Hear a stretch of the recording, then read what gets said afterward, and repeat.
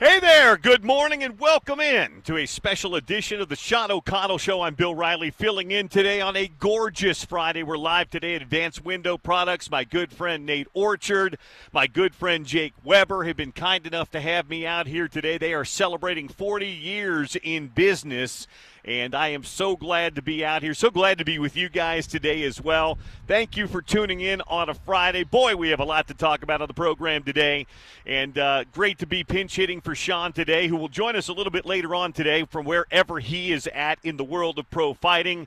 Thank you for making us part of your day. Big thank you to Big Willie's for sponsoring this show today. They are the title sponsor of this program.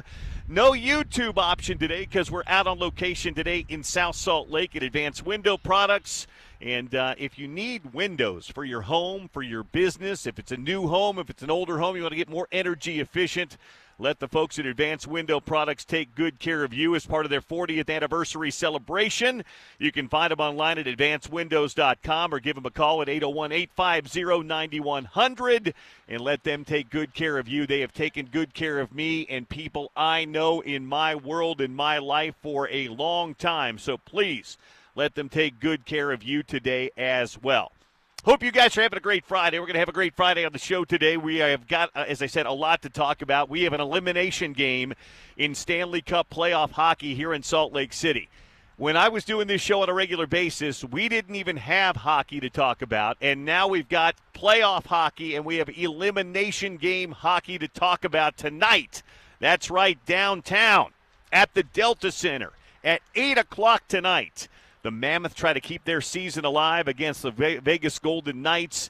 ESPN will have the broadcast. We are going to talk about that game tonight with my good friend and the voice of the Mammoth, Mike Fulta, is going to join us on the program today. We're going to talk to him about what the Mammoth have to do to keep their season alive tonight and hope to advance on to the next round of the Stanley Cup playoffs. So we will talk to him coming up in the program a little bit later on in the show today, probably in the 1 o'clock hour. We're going to talk some NBA basketball. The playoffs are in full effect. The draft lottery is a month and a half away. The sage man himself, the man who has so much basketball wisdom, that would be none other than Gordon Chiesa, will join us on the program today. Gordy will come on board and we'll talk to him about the playoffs, what we've seen so far, what we're expecting, and, of course, the draft coming up with the Utah Jazz at the end of June. We're going to talk some college football on the program today. Did you think you were going to get me filling in for Sean on this program and we were not going to talk some college football? Shame on you. Of course we're going to talk some college football. The last time we spoke a few weeks ago, Utah was still doing spring football practice. Well, they're done with spring football practice now, and we're going to wrap up spring football with some thoughts and observations from yours truly, the voice of the Utes.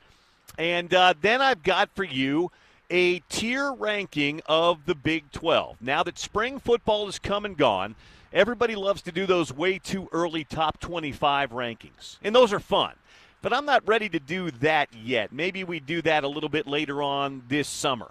But what we will do is kind of power rank by tier the Big 12 conference. I'm not going to rank them 1 through 16. I'm not going to do that. But I am going to put these teams in tiers because I don't know that we can go and be really fair and accurate about things, go 1 through 16 on the power rankings right now.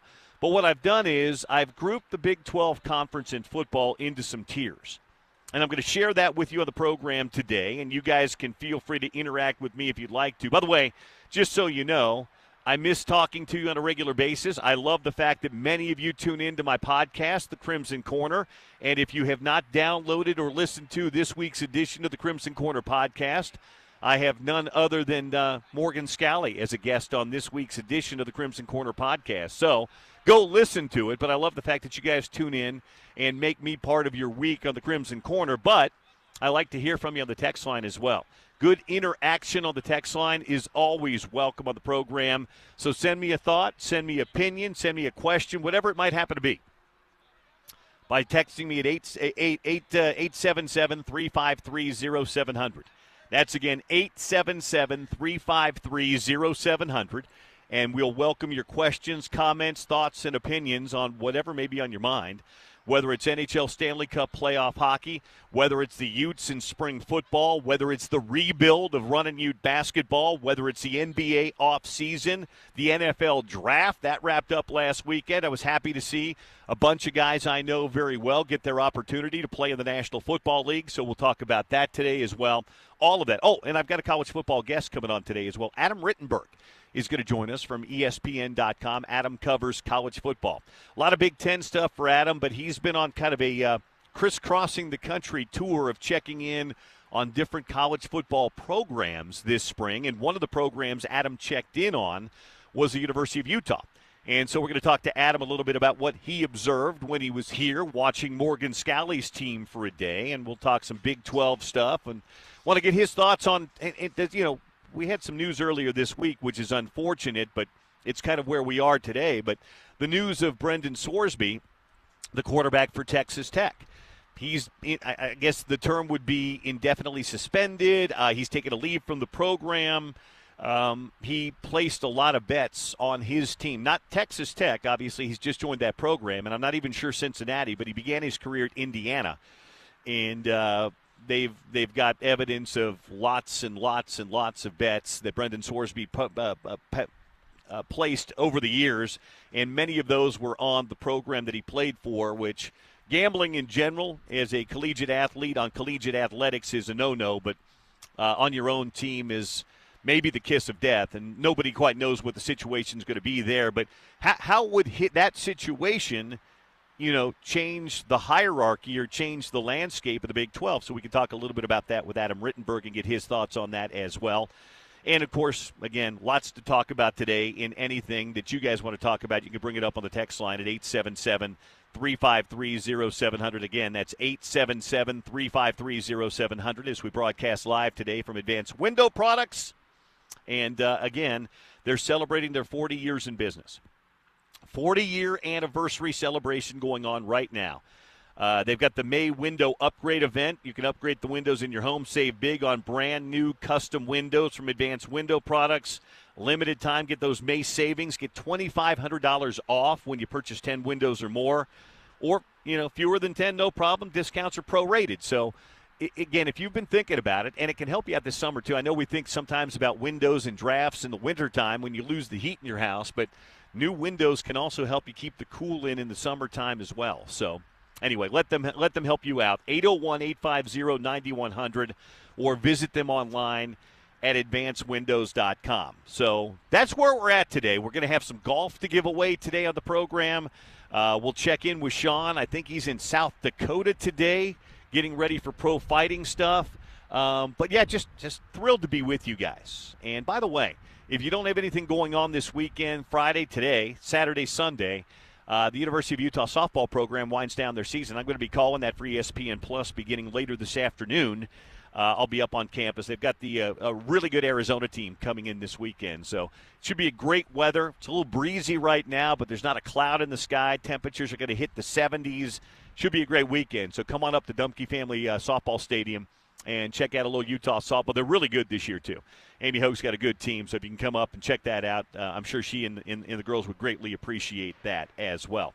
So hit me up on the text line, 877-353-0700. We've got guests coming up. We've got giveaways coming up. James Peterson producing things back in the studio. I've got Tara out here on remote with me here at Advanced Window Products. Gordy's going to join us in about 20 minutes or so. So we got a lot going on today.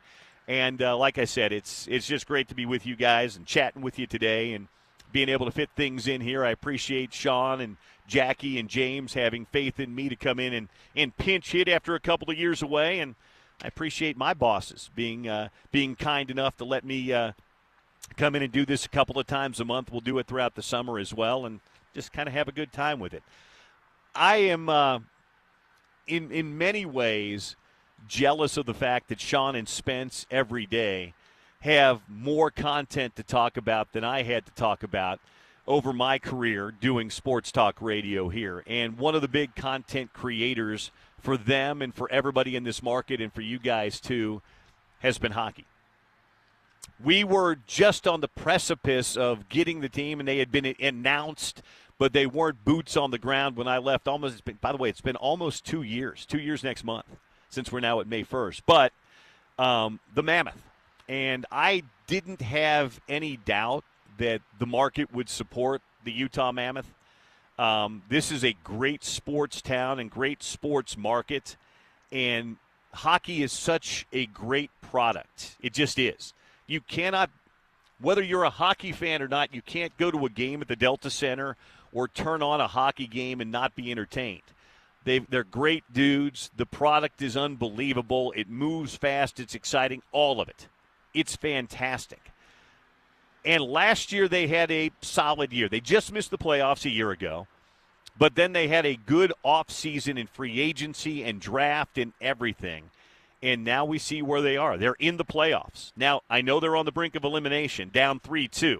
And tonight could be the final game of the season for the Utah Mammoth. But it's been an unbelievable ride in the first almost 2 seasons that they've been here.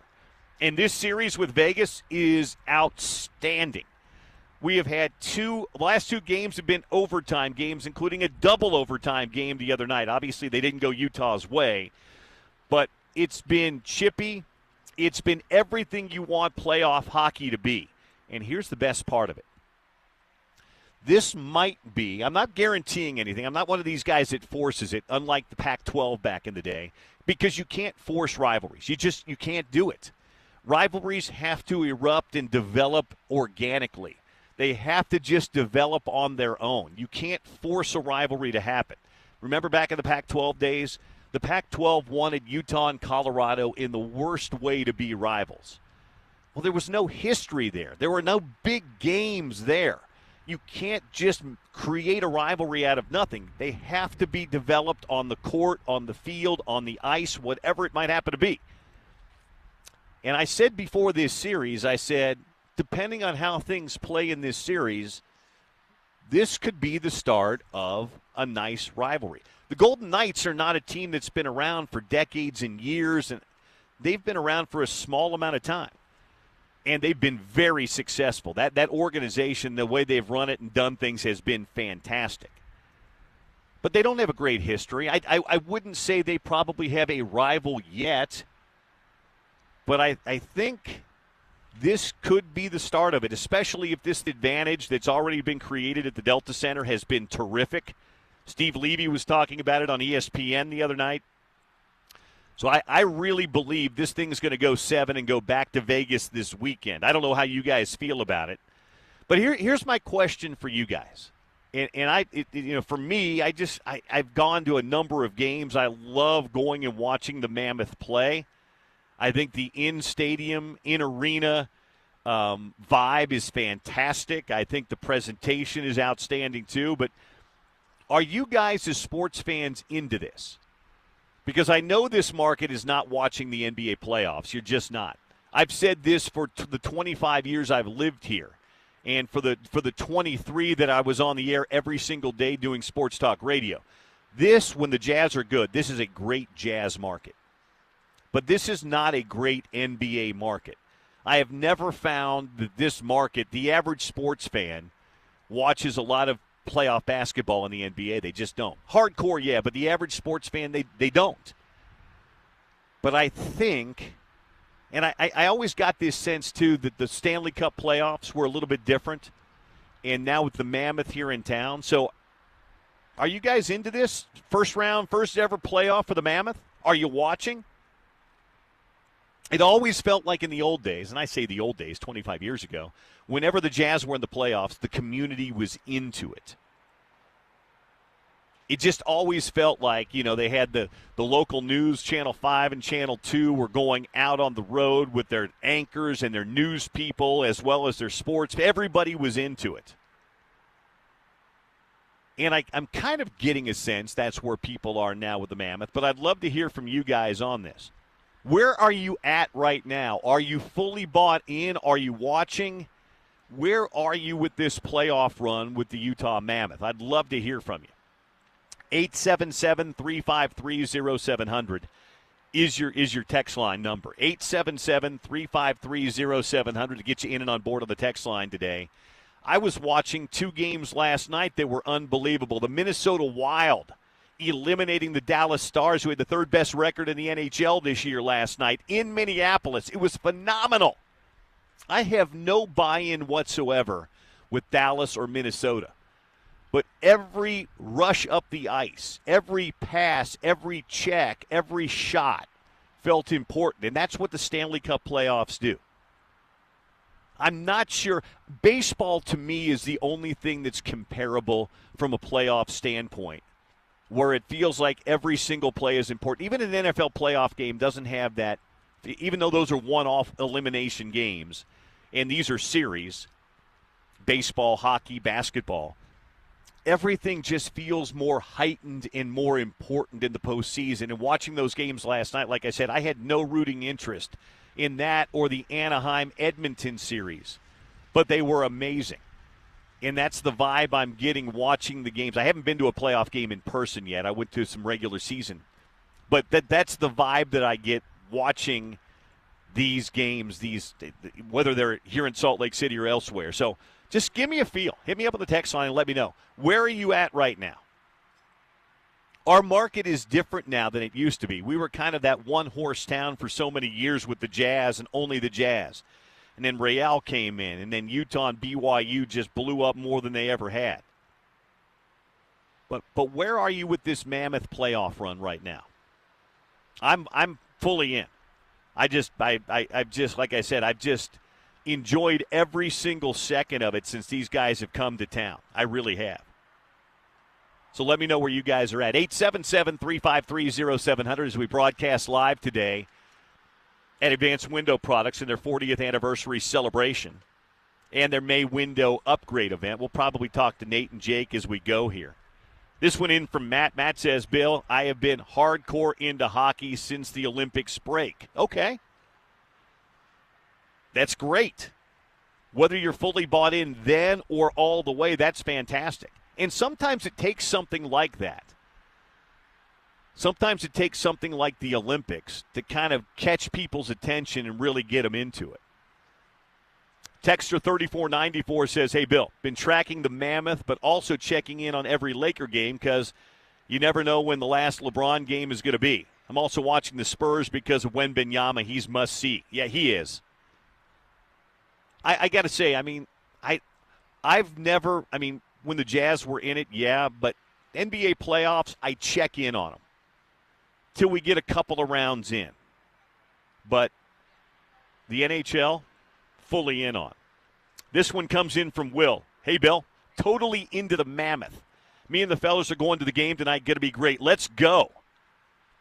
How great is that atmosphere going to be downtown tonight? Just think about this for a minute. It's an elimination game. When was the last time we had a meaningful elimination game played at the Delta Center? 5 years ago, 6 years ago, 7 years ago, maybe with the Jazz? This is going to be fantastic. And I was looking last night at some ticket prices for tonight's game on the secondary market. Whew, man. Will, I hope you had your tickets already, because if not, you are paying a pretty penny for a ticket downtown tonight. This one comes in from Kevin. Hey, Kevin, great to hear from you. I'm fully bought in, says Kevin. Playoff hockey is absolutely the best playoffs in my opinion. I had no idea I'd love it so much. It's great, right? It's great. I honestly, I believe, and I love the NFL is king. But Game 6s, Game 7, elimination games in the Stanley Cup and in Major League Baseball, there's nothing like them, man. There's nothing like them. This text in from Sam today. Sam says, Bill, looking forward to 3 hours of sports talk radio with you today. Which Utah football road destination are you most excited to go and call a game at this upcoming season? This upcoming season road game for me, I've never called a game at Nippert Stadium in Cincinnati, and I've got a lot of family and friends in Cincinnati. So I would probably say Nippert this year as far as a road conference game for me. I mean, there's no road non-conference games for Utah. They've got 3 home games this year. They've got Arkansas, Utah State, and Idaho. Other road, I mean, I've been to Arizona. That'll be a good game. I mean, don't get me wrong, that's going to be a good game. But I've been to Arizona a bunch of times. You know, I've been to a lot. I've been everywhere that we're going. But I have never. I've been to Cincinnati. I've got a lot of extended family in Cincinnati, and I've been there for basketball. But I haven't been there to call a football game yet, Sam. So I would say that one. And I would tell you this, Utah fans, and I know a lot of you guys make trips throughout the year. If you get to plan a trip this year, Cincinnati's an underrated place. A lot of good eating, a lot of good bars and restaurants and all of that stuff. It may not be a bad spot. And for us here, that's pretty easy to get to. Derek sends this text message in. He says, "Hey, Bill, good to hear you on the show again. I'm not sure how much hockey you knowledge, how much hockey you are knowledgeable of, but if it is indeed the end of the McDavid era in Edmonton, how hard does Ryan Smith and the Mammoth management push to get him to Utah?" I don't know the Mammoth front office strategy as well as maybe some do. I mean, maybe I don't know that. I would be surprised if this is the end of the line in Edmonton for Connor McDavid, just simply because he is so beloved there and he is their franchise. I think they would try to do everything possible to get him there. But Connor McDavid, if he were to hit the market and go elsewhere, would be the most sought-after player. I can't even remember the last. I mean, he's on the short list. He's on the current probably Mount Rushmore of players in the NHL. So, but yeah, if you're the Mammoth, sure, make a run at him. I think everybody's going to try to make a run at him. All right, one more text message, then we'll bring on my boy Jake to come up here and talk for just a second. This text comes in, says, "Bill, I've been in since the four-country competition that they do. Where are those brothers? They kept starting the fights with a Canadian team." I've been all in for this. It's been amazing. It's great. I'm just telling you. I knew hockey would be a success when it got here, and it has been that and then some. So keep those text messages coming in. And I would love to hear from some of you that weren't necessarily hockey fans before and where you are now with that. And maybe how your fandom's grown in the last year. Maybe you went to your first ever hockey game downtown and where you are with that now. So anyway, 877-353-0700. Get you in and on board today. 877-353-0700 as we broadcast live today at Advanced Window Products.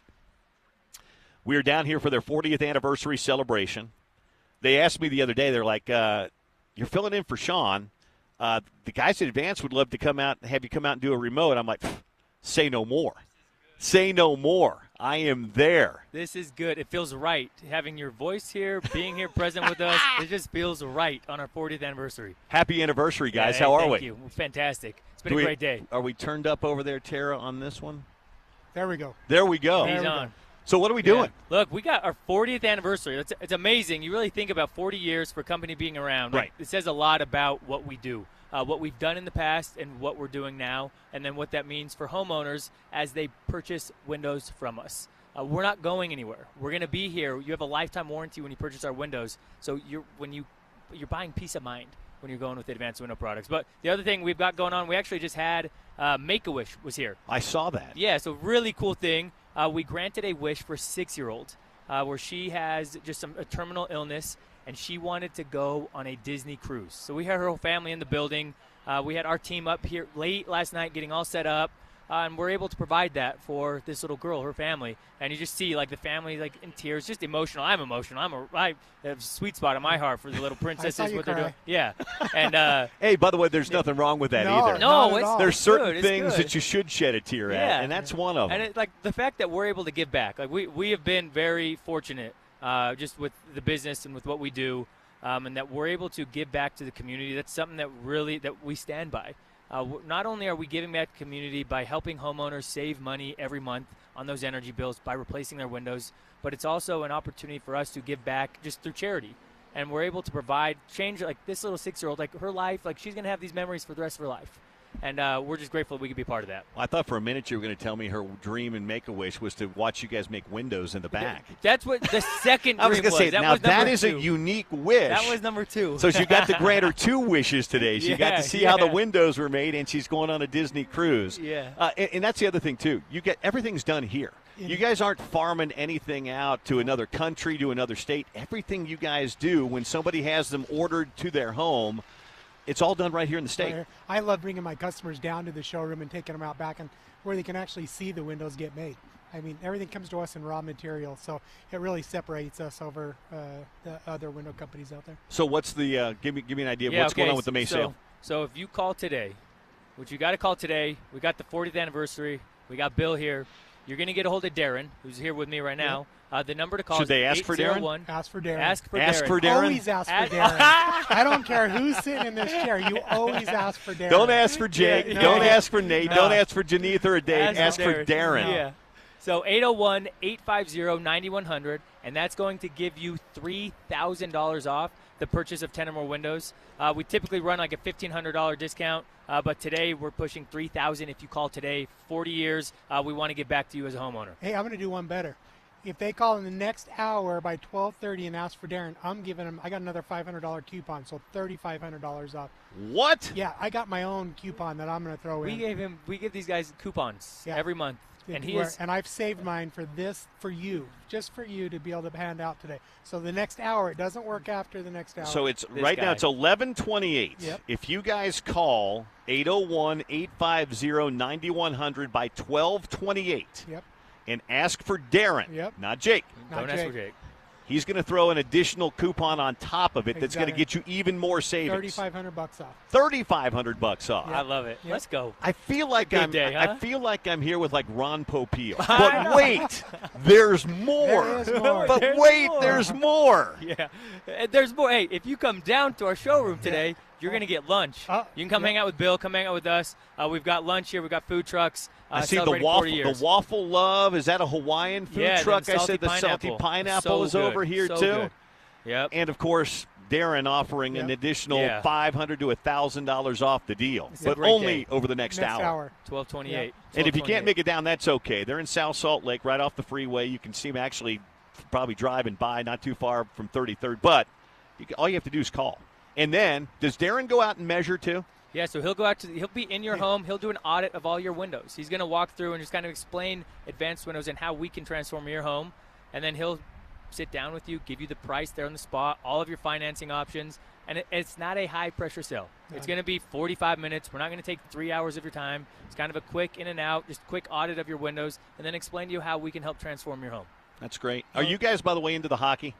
Yeah, like you asked that question, I'm like, bro, I didn't know anything about hockey before. I know. We just talked about it. It was like this, and it is great. Talk about a playoff vibe. Unbelievable, isn't it? I mean, I've always loved hockey. I've never lived in an NHL town. The NHL left Kansas City when I was growing up before I got there. But I've always loved the playoffs. I've watched it from afar. And having it here and having the play. I mean, last year was cool. It was the new car smell and all that. Yeah. But they're legit good this year. Yeah. And it's fun. Whether you're down there or watching it on TV, it's a blast. Yeah, it's a vibe all around. Like being there in person, watching on TV. Like there's a passion behind it, and it's fun for Utah, fun for Salt Lake to have the playoff atmosphere again. And there's a vibe here today at Advanced Window Products. Their 40th anniversary celebration, their May window upgrade event. Call Darren right now. Even if you're just window shopping, even if you're just doing that and kicking the tires a little bit, Darren can give you all the information you need, what the process is, and all of that stuff. 801-850-9100. Glad I could be out here with you guys today. Thanks for being here. We'll talk to you in a little while. Yeah, sounds good. Thanks, Darren. Thanks, man. Taking a quick break. My friend Gordon Chiesa joins us next here on ESPN 700 and 92.1 FM.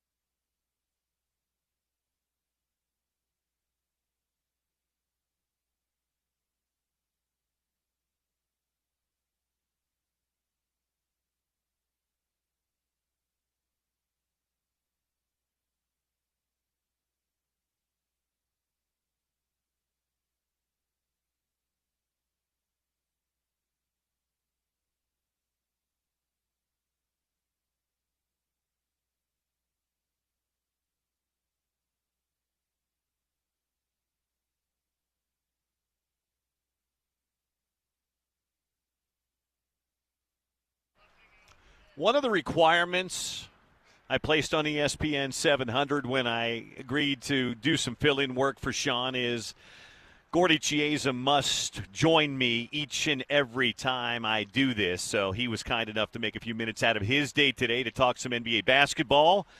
Gordy, I love you, dog. However, how are things? It's going well. Very similar to last night's, Bill, the T-Wolves. Yeah, they were good last night. They finished off Jokic and the Nuggets last night.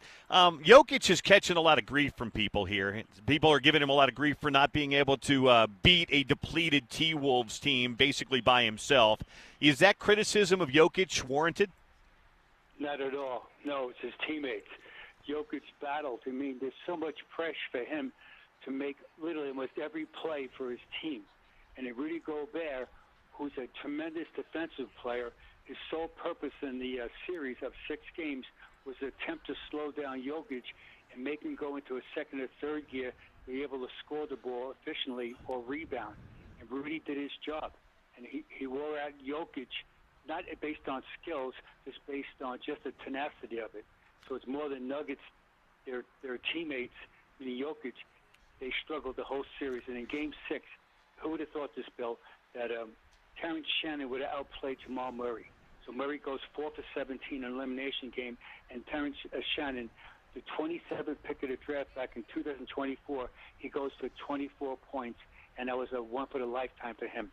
What were the Nuggets missing, Gordy? I mean, they were clearly a good team, but what were they missing? Health for Aaron Gordon. What else were they missing?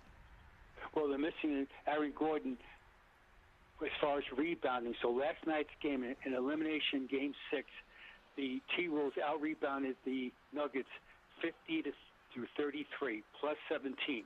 Now, the flip side is that, remember, Anthony Edwards wasn't there, their all-star performer. Either was the Sumo, who played great for them as far as off the bench for them. And so they had other guys missing, and it was all part of the game where they were missing, where there wasn't any other players that stepped up for the Nuggets to overachieve, and that was the difference. You know, let's not forget also they play without Dante DiVincenzo. So both teams had guys missing, and that's playoff basketball. Now the big question for the Nuggets, Bill, off season, what do they do now? And they have to make some changes. What would those changes be for you, Gordy, if you were sitting down with the front office, if you were on that staff? Where would you begin with Denver? What do they need to do to get better or to get back to where they were? They've got to get another big man. Valanciunas didn't play well the whole season, so they have to give Jokic a good backup that can help him when he's in foul trouble or when he's out of the game. They don't lose so much as far as rhythm and expertise. So they've got to try to get a better backup center to help Jokic, and then also, generally speaking, more speed. That the T-Wolves were much quicker down the floor in the series. But it wasn't one game; it was all 6 games. And I give the T-Wolves credit because, not to forget, they've been back-to-back years, Bill, in the in the Final Four in the NBA, where they lost in the conference finals 2 consecutive years. So they're saying that maybe this time it's our year now to try to get an upset as you get there. I'm not sure that's the case, but what do you think?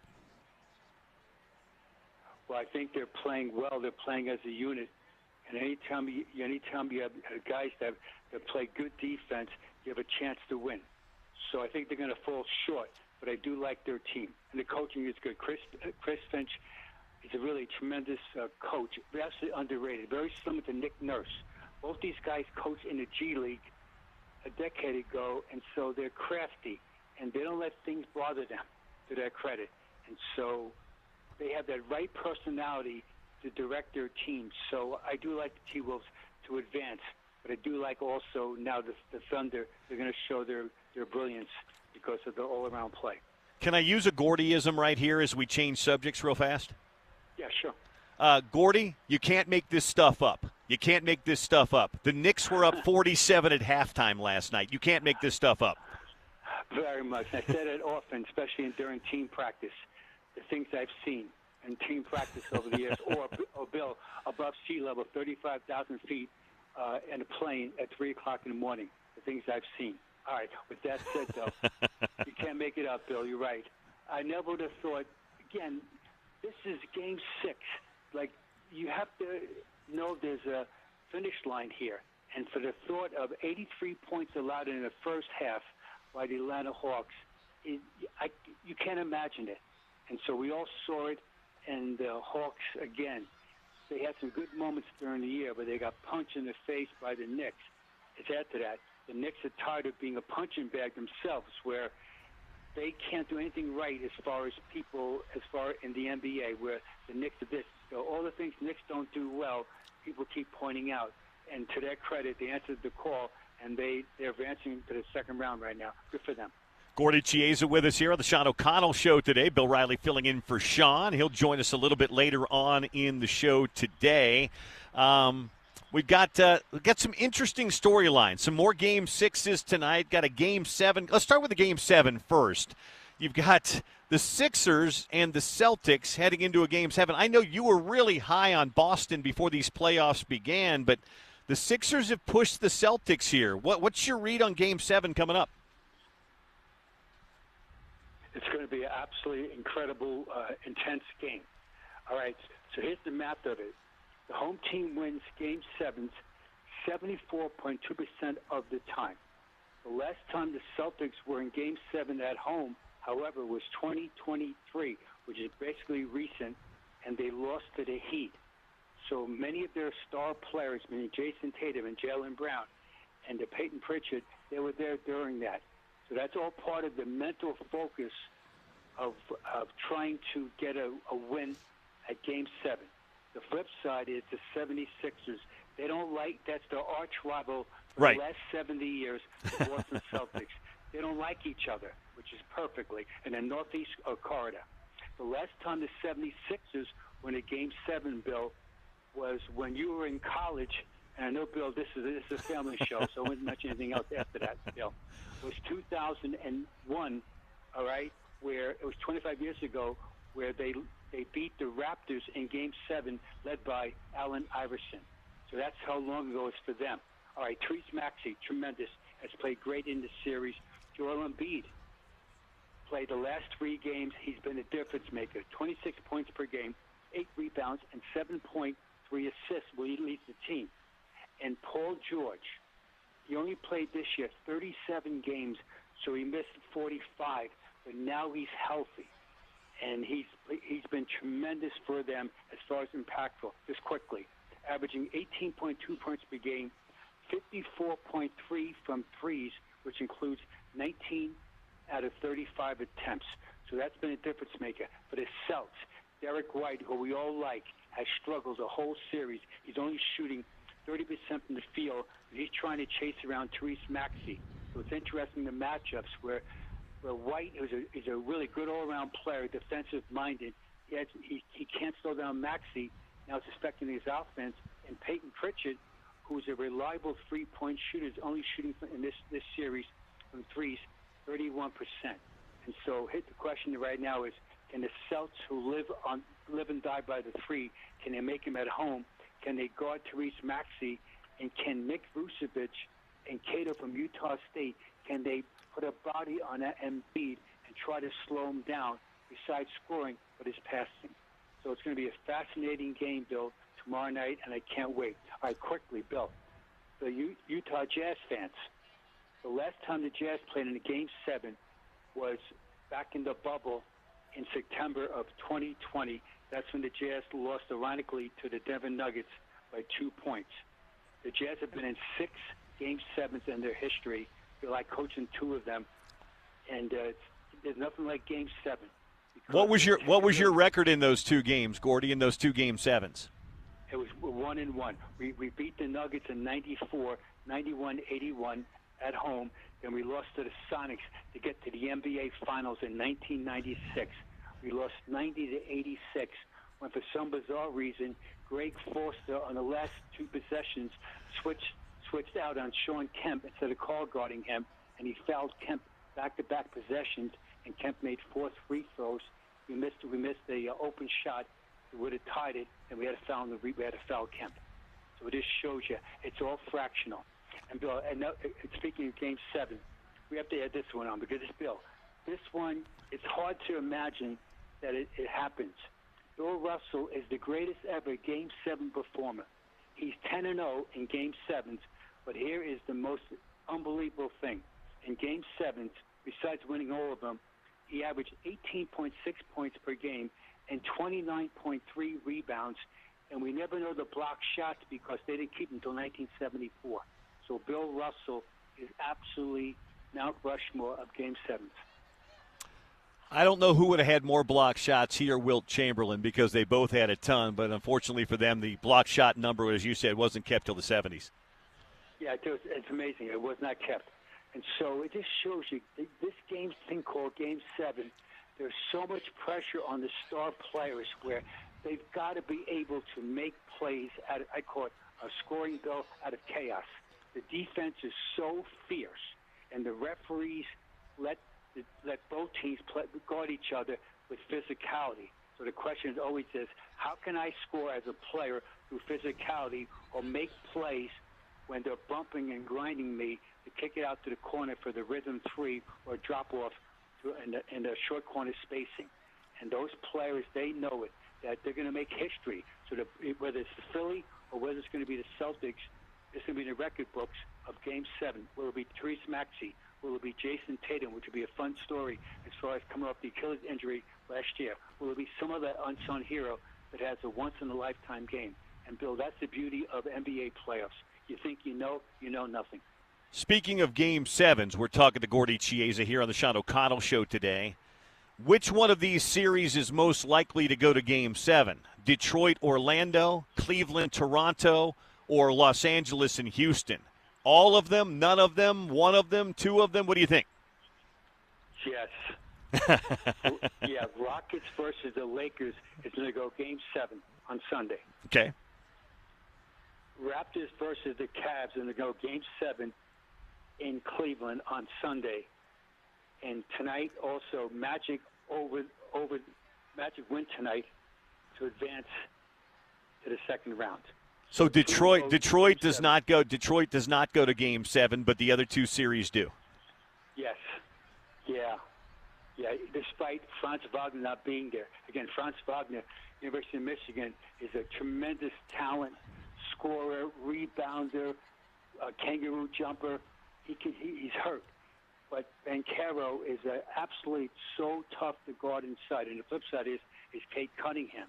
But I do like the Magic at home. Again, the Magic during the season, people are on them as far as the critics, and they almost didn't make the playoffs. They had to win the second part of the playing tournament to qualify, and now they're going to knock out, possibly, I believe, knock out the Pistons, the 8 seed versus the 1.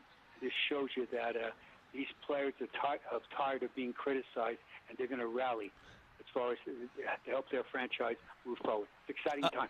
One more quick thought on one of those series, and I want to get to your list, Gordy.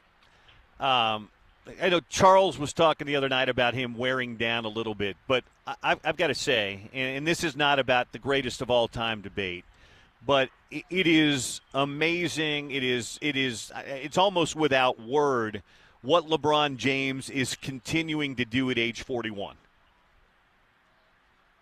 Yes, absolutely. Oh, very much. We've never seen a guy play Ever. at that level Ever. to lead his team. So Kareem Abdul-Jabbar played at age 40, was still really good, but he didn't run down the floor all the time. Well, LeBron is the focal point of his team as we speak right now, and to be that strong mentally. See, his jump shot ran a little bit flat, which tells us that it's not his mind, but it's his body right now as far as his legs. And so he's shooting really a 22% from threes in the series. And so he's got to try to keep bringing the ball to the basket. And he needs Austin Reeves to help them as far as especially tonight's game, but also if it goes to Game 7. Let's be very Gordy. Let's be very fair too. Kareem had Magic, Worthy, Scott, Rambis. He had like 5 Hall of Famers. LeBron does not have that same surrounding cast. That is correct. That's right. It makes it so even more powerful what he's done right now. Remember, he turns 40. He turns 42 on December 30th, and we've never seen a guy minus Tom Brady in the NFL play at an elite level where he is the focal point of his team. Now, Luka Doncic, he's not playing. He'll be out. In their world, if they advance maybe to the second round, roughly around May 15th or so, he's going to come back. So we'll see if that plays out, if at all, if they don't advance right now. LeBron is, you can make that debate. One, the greatest player of all time, or the second greatest of all time. But I know one thing, LeBron is the greatest player of all time with the most longevity to play at this level. John Stockton played till age 39. He was still really good. And Carl played at age 40, and he was still really good, not like LeBron. All right, Gord. Got to hit me with your list today. What do we got? My list today is right on point about as far as career and durability. The list today is a short list of only 13 names. The NBA all-time leaders in most career playoff games. And that's durability. That's having also other tremendous teammates to help you win games and advance in your career as far as each series. Here we go. Tied 12th all-time. Danny Ainge and Karl Malone with 193 playoff games. And with Karl, Karl played 172 games with the Jazz and 21 games with the Lakers. Number 11 all-time, Al Horford, 197 playoff games. Number 10 all-time, Scottie Pippen, 208. Number 9 all-time, Shaquille O'Neal, 216. Number 8, one of our all-time favorites, Bill, you and I, Manu Ginobili, 218. Number 7, Kobe Bryant, 220. Number 6, Tony Parker, Bill, who I worked out twice before the draft back in 2001 with 226 career playoff games. Number 5, right on point, Kareem Abdul-Jabbar with 237 playoff games. Number 4, his nickname, Bill, was Big Shot Rob. Robert Horry played in 244 playoff games. Number 3, Mr. Fundamental, Tim Duncan, 251. Number 2 all-time at the most games played in playoff appearances is Derek Fisher with 259. And the number 1 player of all time, he's playing tonight, ironically, in Houston, is LeBron James with 297 playoff appearances. And now it's with the Heat, with the Cavs, and now with the Lakers. It's a pretty good list, Gord. Yes. I What think about John Stockton? Stockton is 17th all-time. John played in 182 playoff games, and in the 182 playoff games, I can rest assured that guy gave it all every second of it. Michael Jordan, he didn't play as many games because Michael Jordan never played in a Game 7 in his career. Bill, it's hard, it's unfathomable to think about it. So Jordan was so great, also with his trusted teammates, he never played in a playoff game in a Game 7. Michael Jordan is 19th all-time in the list with 179 playoff appearances. It's pretty amazing. It is that stat with no Game 7s is even more amazing for all that Jordan did. But pretty good stuff. All right, Gord, I've got a roll here. I'm at Advanced Window Products today. Thank you as always for doing what you do. We'll get together soon, and I love you, dog. Have a great weekend. Thanks, Bill. Peace out. There he is, the great Gordon Chiesa, with us here on the Sean O'Connell Show today as we broadcast live from Advanced Window Products and their 40th anniversary celebration. Going to tell you all they've got going on here coming up. We'll give you a PGA Tour leaderboard update and more straight ahead on a Friday. Sean O'Connell Show, Bill Riley sitting in today in the air chair on ESPN 700 and 92.1 FM.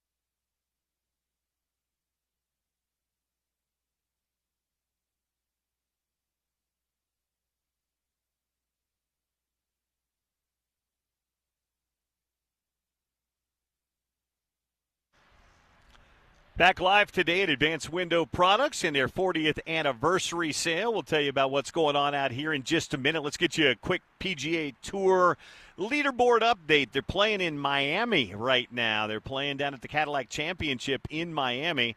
They are playing at Doral, the Blue Monster, this weekend. And, it's on CBS and ESPN and Golf Channel and all that stuff. Our leaderboard update brought to you by our friends at Uinta Golf. Your leader right now, Canadian Nick Taylor. Yeah, Nick Taylor leading the tour right now. He's through 17 today. Shot a 66 yesterday. He's got 9 under for the tournament, 3 under today. He's got a one-shot lead over Cam Young, who is 8 under after a round. He has that teed off yet today. He'll tee off in about 15 minutes or so. Si-Woo Kim, 7 under, 5 under on the tour, on the course right now. Jordan Spieth, nice to see Jordan's name near the top of the leaderboard for the first time in a while. Alex Smalley, Christopher Rattan, and Alex Fitzpatrick, the brother of Matthew Fitzpatrick, who's having a good year on tour, are all about 3 shots back right now. A couple of others to keep an eye on. Hideki Matsuyama, he's having a good round today, 5 under for the tournament. And Ricky Fowler also 5 under for the tournament. That's your leaderboard update brought to you by our friends at Uinta Golf. And speaking of friends, our friends at Advanced Window Products have been kind enough to invite us out here today. They've got their 40th anniversary celebration and May window upgrade going on. Todd is joining us right now. How are you? I'm good. So we heard from Jake and Darren a little while ago. This is a big deal for you guys, having 40 years in business, but having the big window event going on too. Fantastic. It's just nice. Everything's turnkey here. You know, it's nice to be the factory to make the windows and offer a service to all our people here in Utah. So it's a blessing to be around this long, and it's just a big group of people. It's a large family. I've got family in here myself, and I've been doing this 21 years with them, but they've been open for 40, and we got a good little program right now with $3,000 off, a little upgrade for you. $3,000 off is no small savings on windows right now, and if they need 10, that's great, but if they only need 4 or 5, you guys will prorate the discount too, won't you? Always. I always think that way too, because sometimes there's condominiums and all they've got is 5 windows, maybe a patio door. How do you not help them out? So we adjust accordingly. I absolutely treat everybody the same way. So walk them through the process. If they're thinking about doing this, they're thinking about upgrading the windows or replacing current windows, or maybe they're building something new. How does it work? They're going to give you guys a call, 801-850-9100. Ask for you. They'll say Todd or Darren or whoever. That's right. And where's the process from there? Okay, from there we basically will just come out and do an in-house consultation. It's just more of a measure up. We're not trying to get precise measurements. We're trying to identify what windows, how you want them to open. Should they slide side to side? Maybe the color of the frame, and then just tell you a little bit about the product and the program, and then we kind of move on to the next step. If we like to get windows ordered, we're 8 to 10 weeks out typically, and from there we have our own crews install everything after it's been remeasured. So it's kind of a procedure where they'll be remeasured. There's installation set up. We'll call you beforehand. It's all turnkey. And the best part is, they do great work, but you guys are local. This is not like you guys are a satellite office and then your main office is in Helena, Montana. Right. Everything's made here. Right. Everything's taken care of here. If they need to get a hold of somebody, they're talking to somebody right here in Salt Lake, and they can get somebody out to the house in the afternoon. Exactly. So that's the recourse. So basically, once you buy, we're not leaving anywhere. We're going to put our wing over you and say, hey, we've got you. In fact, it transfers to the next homeowner. The warranty is as good as you guys live there. And so from that, it's just nice. It's one-on-one, and there's no middleman. Yeah, I remember when we first started doing stuff years ago with you guys, and they told me that. I'm like, they said, we have people calling about windows with a lifetime guarantee that didn't buy the windows in the first place. They're the second or third owner of a home. Right. And you guys still come out and back them up. Yep, absolutely. So we'll continue it on, and that's the beauty of the backing of the company itself, to say, hey, we'll take care of whatever goes on. It can sometimes be accidental glass breakage and whatnot, but it's all by us. We're there for as long as you're there, and it makes a big difference. I had my friends, Chrissy and Ralph. They're out in West Jordan. They just got windows from you guys. They are thrilled with not just the windows themselves, but with how thorough you guys were all the way through the process. Yep, so there's 14 installation crews. You've got one-on-one attention with their home. I mean, they look at it as if it's their parents' house. They're very proud of their work. It's a craftsman. You know, it's an art. These guys are very talented at what they do, and usually we get most of those windows done in one day. So 12 or 13, 14 windows are going to be done in one given day. And the best part about advanced windows is everything is made for our climate. We know what glass we need. We know what frames will work out, whether it's Mesquite or up in Rock Springs or Salt Lake. And from there, we can back up the warranty because we know it'll adjust to all the different levels of temperatures, and we'll have a lot of prevention of expansion and contraction, any kind of problems with condensation.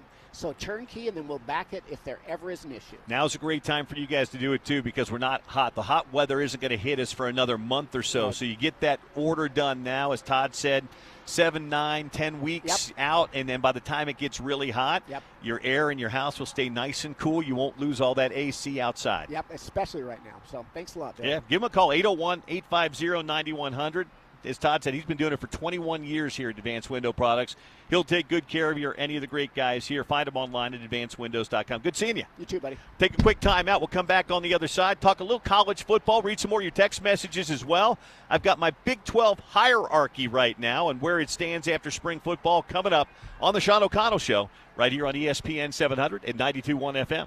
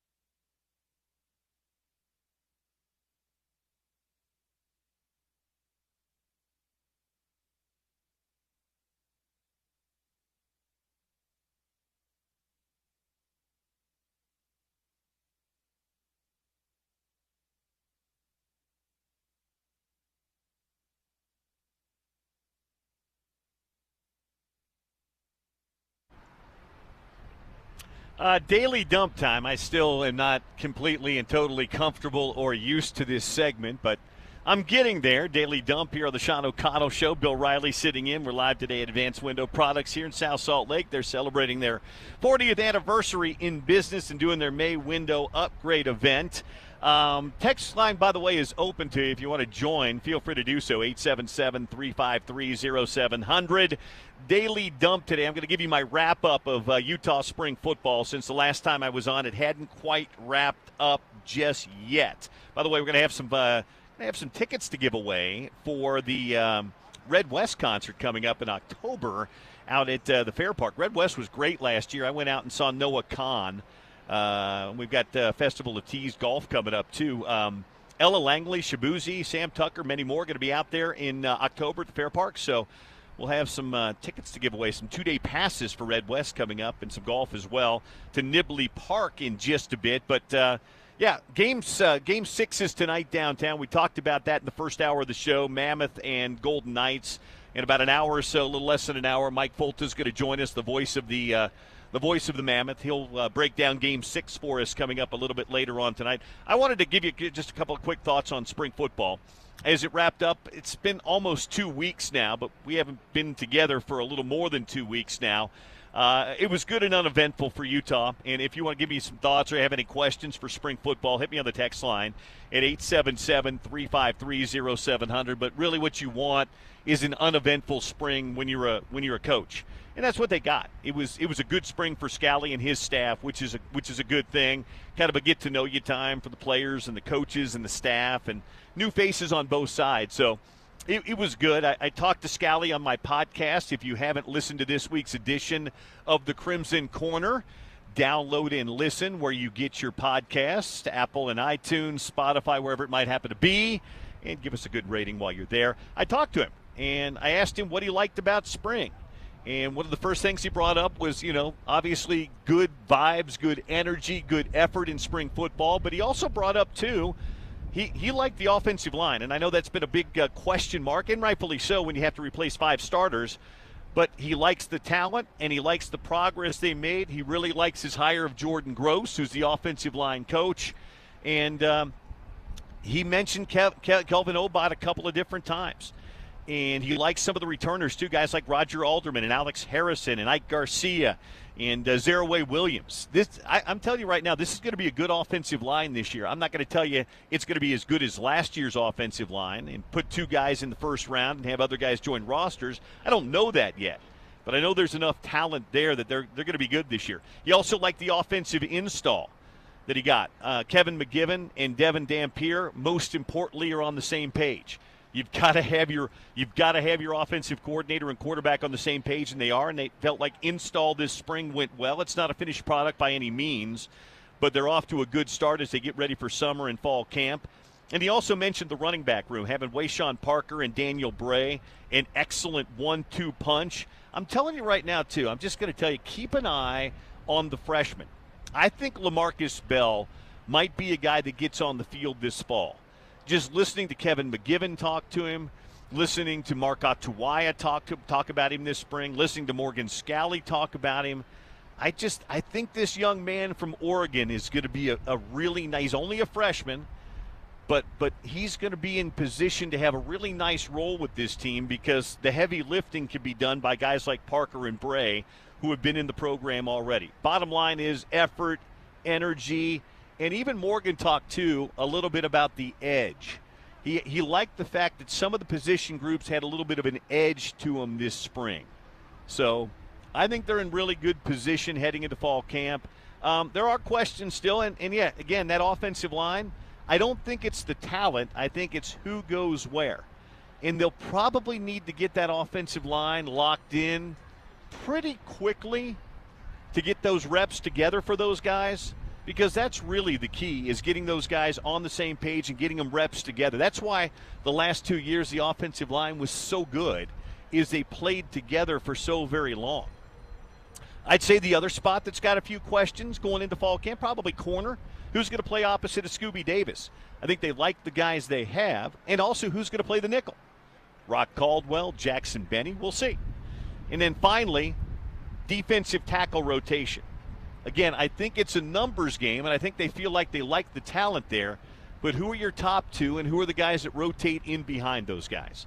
So I'd say those are probably the top questions as they head from spring to summer and then into fall camp up at the University of Utah. So everybody and their brother like to do these way too early top 25 rankings. And those are fun. I've said it before, I'll say it again. For guys that host podcasts or host radio shows or write blogs and stuff, guys that talk for a living, those things are great. And lots of people do those things. In fact, I saw one this week. CBS Sports had one, had Utah on the top. I think they were at 17 or 18. Brandon Marcello had them at number 24 in his. So there's plenty of guys out there that will do those things. I thought about doing one today, but I said, there's still too much that are unknown. Then I thought, maybe I should do a Big 12 kind of power ranking. And I still don't know that I know enough in depth to rank them 1 through 16. But I feel like I know enough, certainly about Utah. But most of the other programs, because I study it and I live it and I breathe it because I love it, I think I know enough to put maybe the Big 12 schools into tiers. And so that's what I did. I came up with an A tier, a B tier, a C tier, a D, an E, and an F. So I have 6 tiers for Big 12 football. And I'm going to unveil those to you, and you guys can feel free to reach out and say you're up in the night, Riley. It's never stopped you guys in the past, and I welcome it now. Text line's open, 877-353-0700. Or you can say, yeah, that's okay, or you can ask questions. So I'll start with the F tier. And I just did them A, B, C, D, E, and F. That's not meaning they are an F, but they are the bottom team in the tier. There's only one team in tier 6. That's Colorado. I don't think Colorado is going to be great this year. I think that the Deion Sanders experiment hasn't probably progressed the way they would like in Boulder. They don't have a proven commodity at the quarterback spot. They've lost some really key talent that Deion's brought in recent years. I'm just not sure what Deion and the Buffs have. And so I put them in tier 6 by themselves. In tier 5, I've got 3 schools: Iowa State, Cincinnati, and UCF. Cincinnati was one of the great stories in the league for about the first 6 or 7 games of the year. Then they came crashing back to earth. They lost Brendan Sorsby. They would have lost him had they been able to keep him. Iowa State's got an entirely new coaching staff and, in a lot of ways, an entirely new roster this year. And UCF, I'm just not sure yet where they are under Scott Frost. They did okay in the portal. They recruited okay. They lost a lot, too, to the NFL and to other programs. So tier 5, I've got Iowa State, Cincinnati, and UCF. In tier number 4, I've got Kansas, I've got West Virginia, and I've got Baylor. I think West Virginia is a bit on the rise, and I could easily see them perhaps making a play to get into tier 3 by the end of the season. I think Rich Rod's the right guy in Morgantown. I think last year was a bit of a disaster for him. He brought in like 85 new guys. But I think that he knows the lay of the land there, and I think he's a good coach, and I think he fits there well.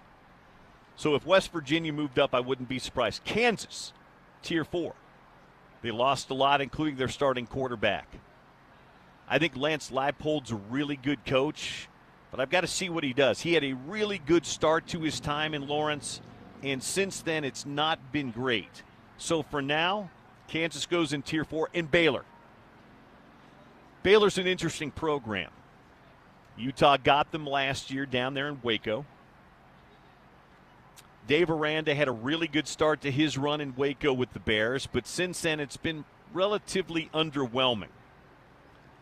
I'm not really sure what to make of the Bears. I thought they would be better last year than they were. So I'm going to put them in tier 4. Tier 3. This is an interesting tier. I've got Arizona State. I've got Oklahoma State, who was the worst program in the conference last year, and I've got Kansas State. Two of those schools have brand new head coaches. Colin Klein, who's a former Kansas State quarterback, is now the head coach at his alma mater. He's a great offensive mind. In fact, he was at Texas A&M last year, part of what Mike Elko did down there. He still has Avery Johnson, still has good running game. Kansas State's always one of those programs that tends to overachieve. And I think Colin Klein's going to do well in Manhattan. I'm not sure what the talent standpoint looks like right now, but I'm going to put them in Tier 3. Also in Tier 3, a new coach, Oklahoma State, Eric Morris. Had great success at North Texas and then brought a lot of the talent that he had at North Texas, including the quarterback, wide receiver, running back, with him to Oklahoma State. Eric Morris knows the Big 12. He's coached in the Big 12. And I think he's brought a lot of talent with him. I'm not saying this is going to be like an Indiana-type situation when Cignetti brought all that talent from James Madison with him to Bloomington, Indiana. But it's got a chance. And Oklahoma State does a really good job of supporting their program. Morris will not lack for funds. Then I've got Arizona State. Kenny Dillingham lost some pretty good players. Jordan Tyson, gone. The quarterback, Levitt, gone. Some players to the NFL, gone. I like Kenny Dillingham, though. ASU, if they hit on the right transfers, might be in Tier 2.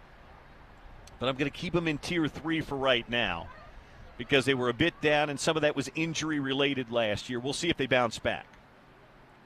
In Tier number 2, I've got 3 schools. Houston, Arizona, and TCU. Those are the 3 schools I've got in Tier number 2.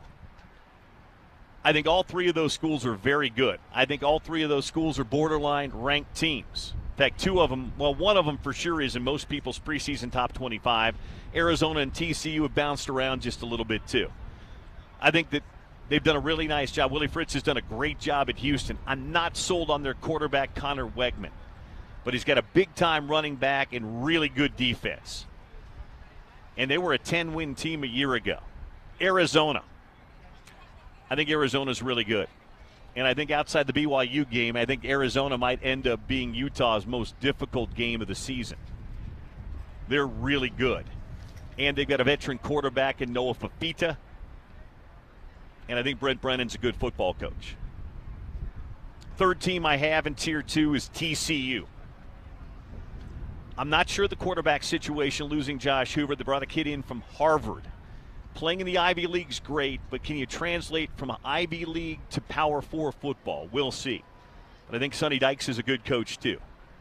And they're a fringe top 25 team. So that's Tier 2. Tier 1. I've got BYU, I've got Utah, and I've got Texas Tech. And I don't think there's a great deal of distance, and I've said this all spring long. I don't think there's a great deal of distance between any of those 3 schools. And now with the news of Brendan Sorsby, if there was a big gap or even a gap between Tech, Utah, and BYU, I think that gap is closed. I think Texas Tech is a good program. I think Joey McGuire is a good coach. They lost a lot to the NFL draft. I mean, they lost a ton to the NFL draft. I know they've replaced it pretty well, but I want to see what happens there. And the quarterback's the most important position. And I'm not quite sure what the future holds for Sorsby. By most accounts, it doesn't look good right now. BYU, they're just solid. They're good. Kalani's got a really good program down there. Bear Bachmeier's back for another year. My big question with the Cougars is, how big a loss is Jay Hill going to Michigan? And who are the playmakers that replace guys like Kingston and Roberts? They're going to lean heavily on L.J. Martin, as they should. And then, of course, Utah. I think Utah is going to be really good. And I think the schedule makers did Utah some favors. Their toughest conference games, for me, are in Salt Lake City. They've got Houston at home, and they've got BYU at home. So we'll see how that goes. But I think those are the tiers for me. Tech, Utah, and BYU, I think, are definitively in Tier 1. Houston, Arizona, TCU are Tier 2. Tier 3 is the interesting tier for me because I think those schools could easily bump themselves up a tier, maybe into Tier 2. But I've got ASU, Oklahoma State, and Kansas State there now. Tier 4, Kansas, West Virginia, Baylor. Tier 5, Iowa State, Cincinnati, UCF. And Tier 6, at least for now, I've got the Buffs of Colorado. So, didn't rank them 1 through 16. I put them in tiers, and you guys can feel free to weigh in as you would like on those and tell me what you think. 877-353-0700. That's the text line. Again, that's 877-353-0700 to get you in and on board today here on the Sean O'Connell Show. Being pinch hit, hosted for, and with by Bill Riley as we do things here today on the program and go in that direction. That's 877-353-0700 to get you in and on board today here on Utah's #1 sports talk. We're going to talk a little college football. We'll run those tiers by Adam Rittenberg coming up here in just a minute. How are you? Hey, I don't, but good to see you again. Okay, let's put the headset on here. No, either one. Either one. Okay. We'll get Nate on here in a minute. We're out here at Advanced Window Products, 40th anniversary celebration. Rob is here with we'll get you taken care of here. There we go. You able to hear me now? No. Now can you hear me? Yes. Okay. We better scoot Nate in here just a little bit. I don't think the cord goes quite that far. Here we go. Mayor Emeritus of Sac Lake City, Nate Orchard. Let's turn him up and be good to go with him. Hello. There we go. There he is. How'd your daughter run this morning at the track? She ran well. 12.5. I think her PR was a 12.2, but it's okay. She's getting back to it. It's excellent, good. Excellent. And you had to go to Provo for that? Exactly. Sorry. Yeah, I know. That's what. Yeah, trust me, I know. Rob, good to see you. Hey, thanks. Good to be here. How are things with the sale going, guys? The 40th anniversary and May upgrade sale. Yeah, no, it's been great. You know, it's a great start, and to have a celebration like this to start May off is there's nothing better. To bring the people together that have been the backbone of this company for over 40 decades. We have an employee that's been here for 30 years. That's Russ. But all of this, allows us to build a beautiful product to put into your home to transform, the lives of you and your family. You've got friends of the business out here, longtime employees of the business out here. You guys are having a big lunch, a big celebration. Weather couldn't be any better as well. Are you still selling windows? And we're still selling windows. Oh, we're not stopping. Who's answering the phones if you're out here, Rob? God, we got them transferred all over the place. We got you. Call us. So what's the May deal going on right now? We're doing a 40-year anniversary sale. We're doing $3,000 off 10 or more. We're doing free upgrades. We're giving away the house right now. I would say so. Darren was like throwing an additional $1,000. He says he's got some crazy coupon that he can apply to people if they called within 2 minutes. By the way, left. If you ask for Darren, we're still within that hour window to get up to $3,500 off windows. Let's go. Darren's giving the farm away. Let's go get it. Yeah. So what's the time frame? If they call today, you guys come out, do the house, measure, take all the readings and everything in there. What is it? About 8 to 10 weeks? Yeah, about 8 to 10 weeks, maybe even sooner, because right now we've got a great people in place, great systems and processes, but getting those lead times down is everything. But just call, get on the schedule. It's a free in-home estimate. Either Rob or Darren will be out to your home. We got great factory reps who've been here for decades that are just a wealth of knowledge. But give us a call, allow us to come out and just educate you on our product. And now is the best time to do it because it's not hot yet. Yeah. You get this done, and you might get those windows in before it gets really hot. Yeah, Call us now. We'll get them in before it gets too hot. We're about 7-8 weeks out, actually, Nate. We're getting better and better at this. Yeah, we are. But we got to get you on the books. We got to come see you. You don't have to buy today. Just call us and set up an appointment, and we're off and rolling. You guys, this thing has been family-owned for 40 years, Nate. Your family has been in this business for 40 years. Yeah, how cool is that? I mean, there's nothing better, right? And to continue the legacy, something that my dad has started, in different locations, but now to be settled here at this one over the last 2 decades, it truly is remarkable. And to see the lives that we're transforming and the homeowners that come up and speak to us, and we're not perfect, but we own up to anything. If something comes up, again, that's why we have a lifetime warranty. We're here to take care of you. Everybody you talk to that has dealt with you guys, whether it's been in recent years or over the years, they love the fact that you guys stand by your products and back it up and take care of it, even if they don't they bought the house and the windows were in the house, that transfers to the new owners, doesn't it? Yeah, absolutely. We've got a transferable warranty, and so that's a long-term commitment for us, right? We just do a great job. We're here for them. All right, you can ask for Darren, you can ask for Todd, you can ask for Rob. Any of these guys will take your number, your information. They'll get you on the books and take care of things. It's part of the 40-year anniversary celebration here at Advanced Window Products. 801-850-9100. It's the May upgrade event going on right now. I haven't talked to you since the Scally regime has begun. It's been a while. How excited are you for this? Have you been up? Did you watch any spring practice? What did you think? Yeah, so we went up to the spring scrimmage. Along with that, we started this thing. The alumni thing, right? The nonprofit Utah Players Association, really just bringing our alumni group back together and bringing our locker room together, right? And so Scally, being a former player himself, has really opened up that door as well. And once the guys in the building around the program, that same day of the scrimmage, they had Junior Day, so we were able to actually celebrate and welcome these juniors on their visit. And then we went outside and had a big barbecue, right? Scally and some of the staff members came down and said hello to us as well.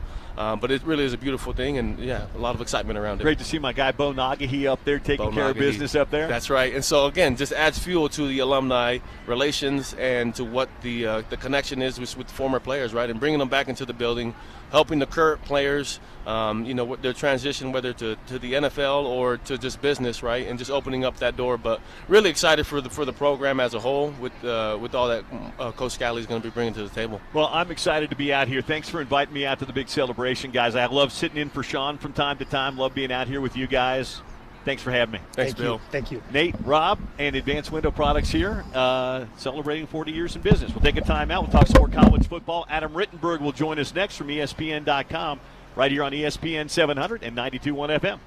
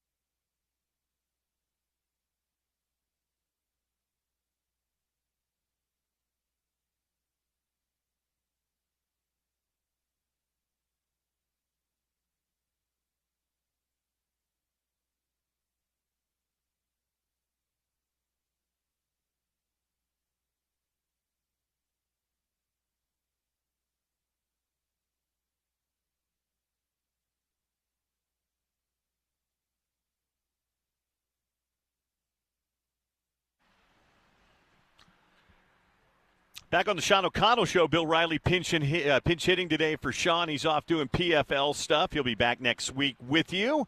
We're live today, out and about, doing the Advanced Window Products 40th anniversary celebration. It was great to see Nate Orchard and his dad Dave and all the good folks that are out here celebrating 40 years in business. I saw our next guest a couple of weeks ago. He was wandering around the Utah football facility, observing the new era of Utah football. Morgan Scally and his staff. Adam Rittenberg of ESPN.com, college football writer, was in town doing some observing of football, doing a little writing. I think he's been touring all over the country this spring, too. Adam, how are you?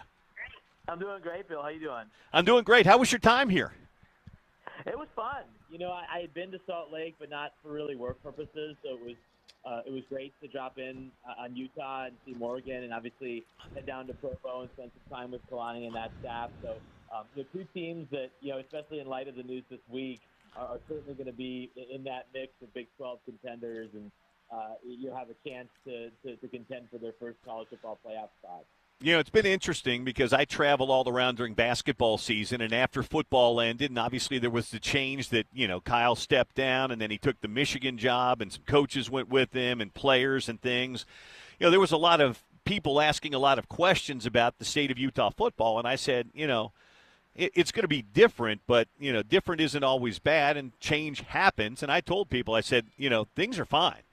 And, you know, the staff is in place, and Morgan's been preparing for this for a while, and they kept a lot of key pieces, and people are like, really, it's okay? I said, yeah, I mean, you don't know what's going to happen when they kick it off in the fall, but I think the program's in a really good position, and people are kind of looked at me and said, okay, you got to observe it. I'd be curious your observation as you came in, because I'm sure you had probably some of the same thoughts from afar when all the change happened in December.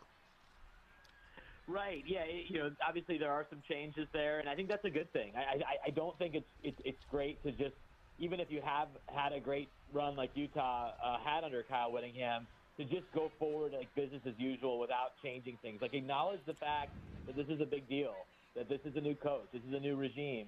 And I think Morgan's done a nice job of putting his own stamp on things and saying, hey, this is my program now. And it's not going to be exactly the same as it was. There's going to be some principles and obviously some players that have held over from last year's team. You know, Devin Dampier, you're probably front and center among them.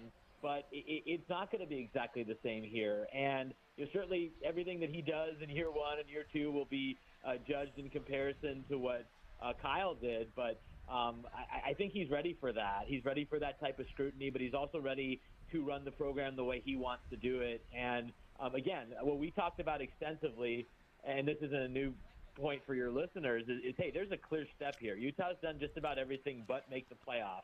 The next step is to make the playoff. Like, that's the goal.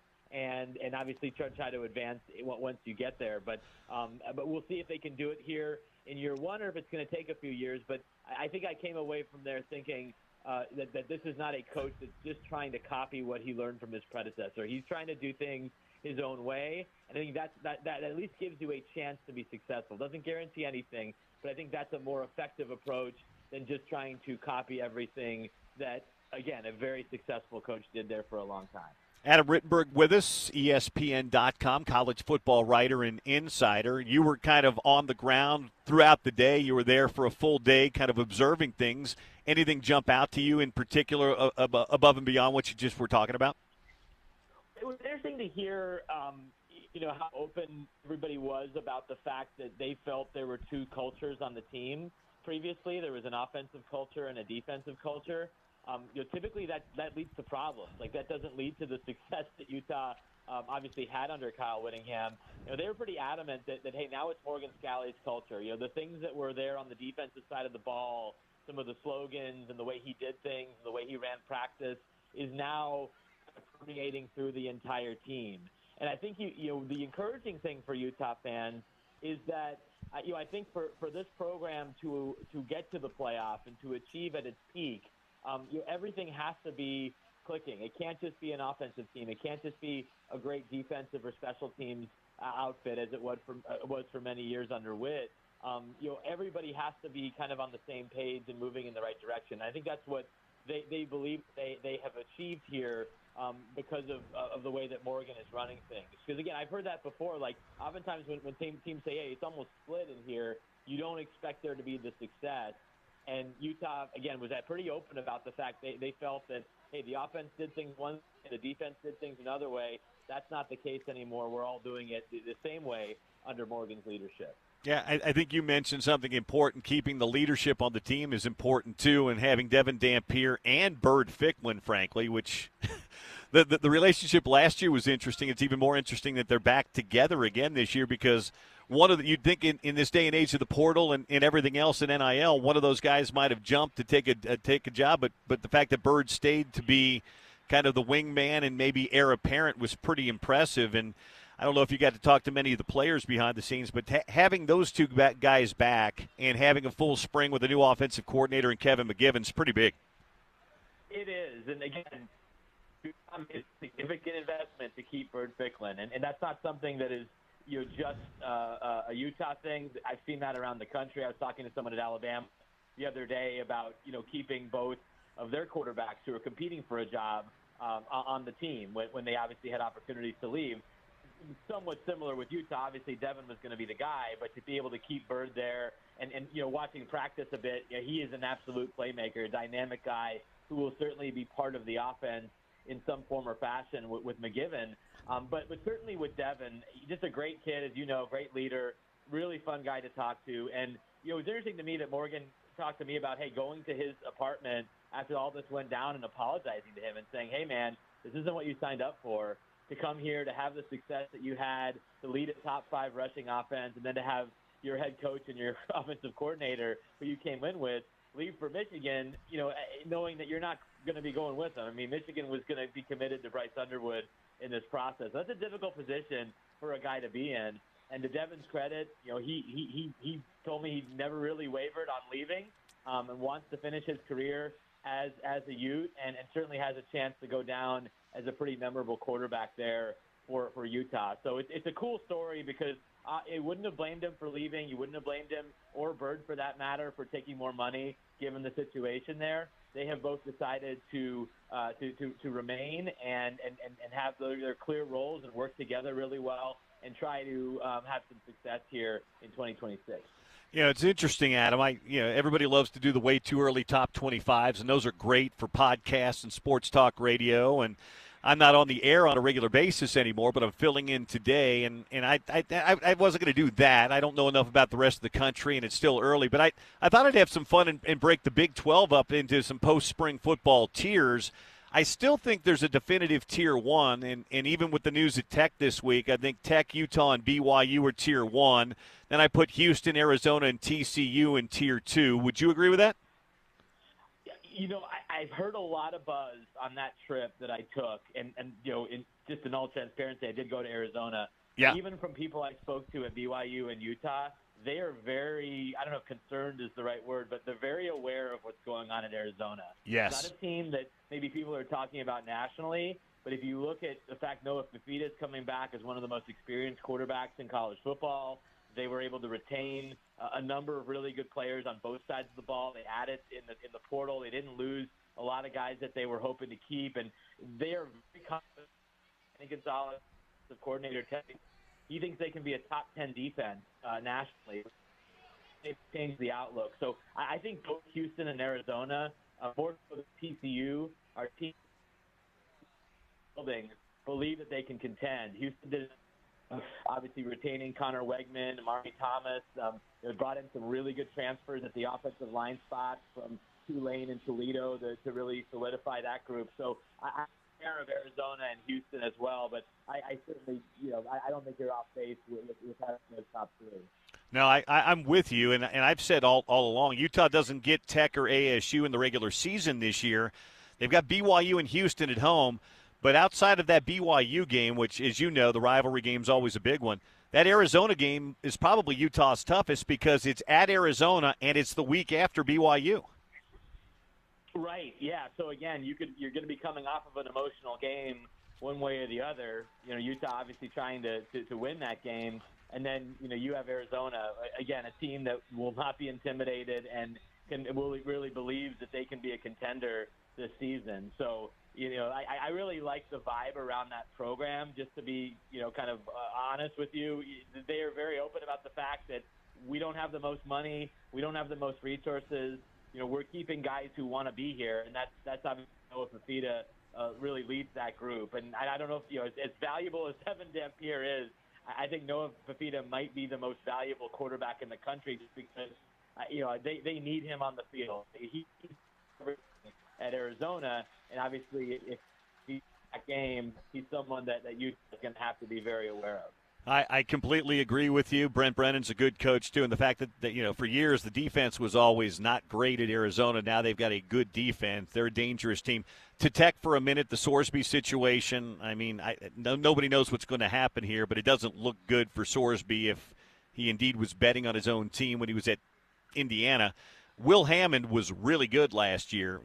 In fact, he was the guy that almost single-handedly beat Utah when Morton was out. What's the prognosis that you've heard for Hammond? When are they expecting him back, and how does that impact Tech in your mind? Well, sure. I mean, you don't want to rush his injury. As important as the season is, you want him to return when he's ready to return, and that appears to be several games into the year. Now, then that Houston team we were just talking about, who comes in on September 18th, it's Abilene Christian, it's Oregon State, it's Colorado. Arizona State comes up. So if they can get through that first part of the schedule, and then let Will be at full strength for the bulk of the Big 12 season, I think they're going to be in good shape. As regards to Sorsby, as someone who covered the state of Iowa's gambling raid, which impacted the athletes at both Iowa State and Iowa pretty closely. These rules are pretty cut and dried. I'd be very surprised if we see Brennan Sorsby in a Texas Tech uniform this year anytime soon. Probably not ever. If you bet on your own team, Hunter Deckers had that same situation, had one bet that he made while he was not even playing for Iowa State. It wasn't bet to lose. It was on the team to win, just like with Sorsby, and he was declared permanently ineligible. So that's my expectation, at least at this point, for Sorsby. Hey, before I let you go, because I know you cover a lot of Big Ten football and you're based in Big Ten country, obviously he coached here 21 years. What was the spring kind of report card, and how did things come out of the spring for Kyle Whittingham in his first year up at Michigan? Yeah, I think mostly positive, right? I think for Michigan, they obviously want to get back to the playoff and contending for the Big Ten, but they also want a sense of normalcy. And, I think Kyle, as you guys know well, is a very steady person. I think that's important for Michigan to have that type of leadership as they, again, try to position themselves to catch Indiana and Ohio State and Oregon and some of these top teams in the Big Ten. And you're talking to Kyle, and he doesn't give you much, but the feeling I got with him was, hey, these guys are learning how we do things, and we're pushing them maybe at a level that they weren't pushed at before under the previous regime. So there's going to be some adjustments there, but I think Michigan's going to come out of this as a stronger football team. I don't know this year if they're talented enough at the right positions to make the college football playoff, but I think they're going to be a team that's really tough, like all of which teams are, and they're probably going to be a team that's tougher as the season goes along. So really excited to see what he does, but with a tough schedule, I think some deficiencies at certain positions, question mark at quarterback, I don't know if I'd put Michigan in the playoff conversation. Hey, Adam, thank you so much for doing this. I know we've been trying to connect for a little while now. It was great to finally see you here in Salt Lake City, and maybe we get you back here for a game one of these days. That'd be awesome. It was great seeing you, and if you can get my editors on the phone and force them to send me out there, you're not going to get any arguments from me. Thank you so much. You can read his stuff at ESPN.com. That's Adam Rittenberg with us here on the Sean O'Connell Show today. We're going to get you a leaderboard update coming up on the PGA Tour. We're live today at Advanced Window Products and their 40th anniversary celebration. Today is a perfect day, by the way, to golf. I don't know if you guys have been out yet this year. If you haven't, Festival of Tees has been on, powered by our friends at the Utah Golf Association and Mountain Home Services. Sean and Spence have been giving away all kinds of golf for the last month or so to the best golf courses around the state and beyond. If you'd like to play at Nibley today, well, we've got a little golf for you. Text the keyword Nibley Park right now, Nibley Park, to 877-353-0700. and we'll get you around the golf at Nibley Park Golf Course. We'll come back with a leaderboard, some text messages to read from you guys, and more. We're going to preview Game 6 of the Mammoth and the Golden Knights with the voice of the Utah Mammoth, Mike Folta, coming up after 1 o'clock. All right here on the Sean O'Connell Show on ESPN 700 and 92.1 FM.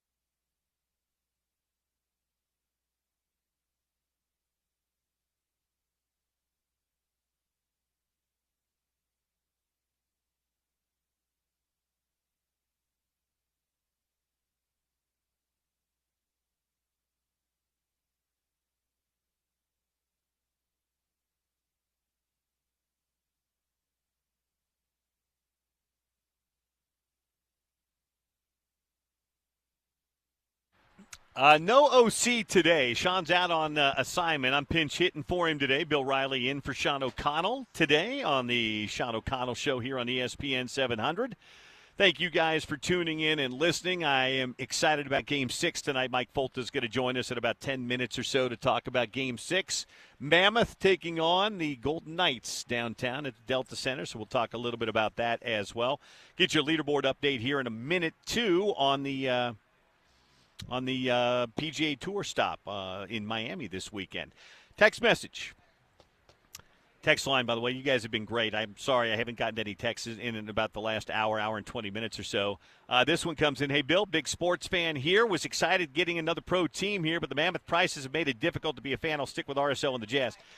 Well, yeah, that's the downside to it. It's expensive, but it's to me, I mean, I love Major League Soccer. Called it for 18 years. It was fantastic. The NBA is fine. The NHL is a different beast. It's fantastic. By the way, you can be a fan without going down there. All those games are on TV.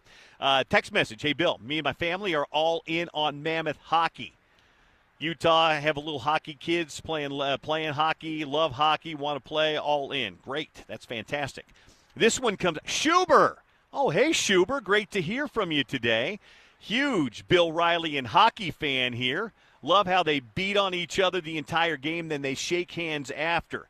Seriously, some of the best sportsmen out there. Looking forward to watching tonight's game. Me too, Schuber. Maybe we can catch that game. Text message. Hey, Bill. Thanks for the shout-out during your spot on the advanced windows. Listening in from Helena, Montana. Hey, thanks for checking in from Montana today. Appreciate that. 877-353-0700. Text message on the topic of spring football. The only real question I have is about the expectations. I've heard a lot of people saying 10-2 is realistic. I've also heard going to a bowl game by itself would be a good season. As a person that's at least sort of close to the team, where should my expectations be? Utah, if you're a Utah fan, your expectation should always be that they're going to compete for a conference championship. That is the expectation bar that was set for 21 years of Kyle Whittingham football, and that's what it is with Morgan Scalley there too. The expectations don't change just because the coaching staff and the regime has changed. The expectations remain the same, and I don't think I'm up in the night on this. Nate Orchard's right here with me. We're down here at Advanced Window Products, his company celebrating 40 years. Am I right about that? Just because they've changed coaches, the expectations don't change. Yeah. You know, just because they changed coaches, the expectations don't change. They're no different from the company. There's a standard we live by, right? And for Utah football, there's that standard. There's that expectation year after year. Obviously having, you know, hard-nosed, phenomenal defense that's relentless pursuit to the ball. And an offense that can put up some points, and obviously special teams doing their part. But there is a standard always when it comes to Utah football and the view that it has. You were up there a couple of times this spring. You were up there for the alumni barbecue, watched the scrimmage. Obviously, you know Morgan. He was on staff when you played. You know a lot of those other guys as well, guys that are former NFLers like yourself, Jordan Gross, who's up there, Derek Odom, who's up there, some of these other guys. But what was your takeaway? Because I tell people all the time, change is not a bad thing, and a different energy and vibe is not a bad thing. There was nothing wrong with it before, but different is sometimes good. What did you sense as you were up there around it? Yeah, it's definitely different, right? From the staff, let alone the coaches, even people in the cafeteria, because I was there for so long. But change, you know, is hard for people to accept sometimes. But you have to be able to, in your mind, have that paradigm shift that, hey, this is going to be a good thing, right? And Scalley has a vision, been sitting behind the scenes for so long. He knows where the trajectory of where things are going and who to bring on to make that difference. And he's doing that right now. And he's bringing on all these guys, man. And he's going to be making some noise without a doubt. I know it. I mean, you played both there, but you played professionally too.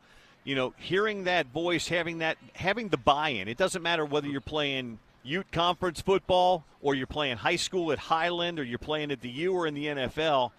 Players have to buy in to what the coach's message is. Do you get the sense those players are bought in up there? You know, it's a work in progress in the sense of I haven't been around them as much to see it visibly, but I expect that it is, right? In today's world and in the NIL world, you show up, you got to play, you know, you're getting paid. And guys need to do their part. But, again, someone like Scalley who's been there for so long, I mean, these guys have his respect. They understand the message. They see it, but they got to adhere to it and show up each and every day and put in the work that needs to be done. I agree with you. I like I said, I was around it, you know, being in the position I'm in. I get to see behind the scenes a little bit more, get to interact with the coaches and the players. And I tell people it's one of those weird things that you can't put your finger exactly on what it is. Yeah. But the vibe and the energy was just really good. For sure. And when the vibes and the energy, that doesn't mean you're going to go out and win 10 or 11 or 12 games. Right. But it helps. Yep. It helps when the buy-in's there, and it helps when you're 4 or 5 months away from the season and everybody's feeling good and everybody's got a smile on their face and they're happy to be there. Exactly, and you're building that foundation, right? You're little by little, and you're building that house, and you're stacking these bricks together, and the guys are putting in the work and making those daily deposits into the bank to really, get the fruits of their labor of what's to come and when the season rolls around. But yeah, to really answer your question, man, and I'm just thinking about head coaches and the changes always, and their standard. You really won't see it until kickoff, right? Yeah. And how the players perform on the field, from their discipline on how they're tackling, penalties, are they limiting mistakes, are they executing right, blocks and assignments and all those things, and those are all a reflection of not only the head coach but what's expected of his staff as well. So that part excites me. At the end of the day, the energy is good. Really excited for what Scalley's bringing to the table, the coaches that he's bringing along with him. I've gotten close with Bo Nagahi and Pablo Cano up there. Those guys are amazing. But just really looking forward to camp here, coming fall camp, and then once the season rolls around, it's going to be fun. That's Nate Orchard, by the way. We're out here at his business, Advanced Window Products. Speaking of good vibes and everybody happy and on the same page, well, every time I've come out here over the years, it's been the case. But today, you guys having a big old party to celebrate your 40th anniversary. Yes, sir. Celebrating our 40-year anniversary, being 40 years in business, replacing people's, outdated windows in their homes, making your homes more energy efficient is what we've been doing the last 4 decades. And, Bill, we feel very fortunate to have you today here with us, and also our listeners. And for your listeners out there, if you've had the curiosity about getting your windows replaced or even want to get a quote, please give us a call today at 801-850-9100. We got an amazing deal going on right now, $3,000 off the purchase of 10 or more windows, but you got to call today, and that number again is 801-850-9100. You can ask for Rob. Mm-hmm. You can ask for Todd. You can ask for Darren. Yep. Nate might be around. If he's not out here having a plate of some good Hawaiian food or some waffle love, he might answer. But the bottom line is, call him today. Get in on the May window upgrade event. Save anywhere from $2,500 to $35,000, depending on who answers the phone. That's right. They may upgrade it even a little bit more. And if you don't need 10 windows, that's okay. If you need 5 or 6, they'll prorate the discount on that too, won't you? That's right, yeah. And a lot of our customers, they'll start with a handful of windows, and usually by after the 6 or 7 weeks of it takes for us to get out there, and after a day of seeing the new product in their home, they're kicking themselves in the butt and wishing they had done the whole house. But you're welcome to call, get an estimate on just a 1 or 2 window that you want to see what the difference is going to be like in that particular room, whether it's super hot in the summer or really cold in the winter. Give us an opportunity to come out to your home and give you that free assessment on your home. 801-850-9100. Call Advanced Window Products. Wish them a happy anniversary, and then reap the benefits of that 40th anniversary with a great discount on windows for your home. Thanks, Nate. Thanks, Bill. Good to see you. Nate Orchard with us out here today at Advanced Window Products. By the way, quick leaderboard update for the Cadillac Championship down in Miami at Doral, the Blue Monster. Cam Young is your leader. Midway through round 2, Cam Young 10 under par. Nick Taylor from Canada is 8 under. Jordan Spieth 8 under. Austin Smalley is also 7 under. That's the top of your leaderboard right now down at Doral at the Cadillac Championship. Tonight, downtown at the Delta Center, Game 6, Mammoth and Golden Knights. Going to get a preview on that and the playoff run that has been in year number 2 for the Mammoth coming up. My friend Mike Folta, the voice of the Mammoth, join us next here on the Sean O'Connell Show on ESPN 700 and 92.1 FM.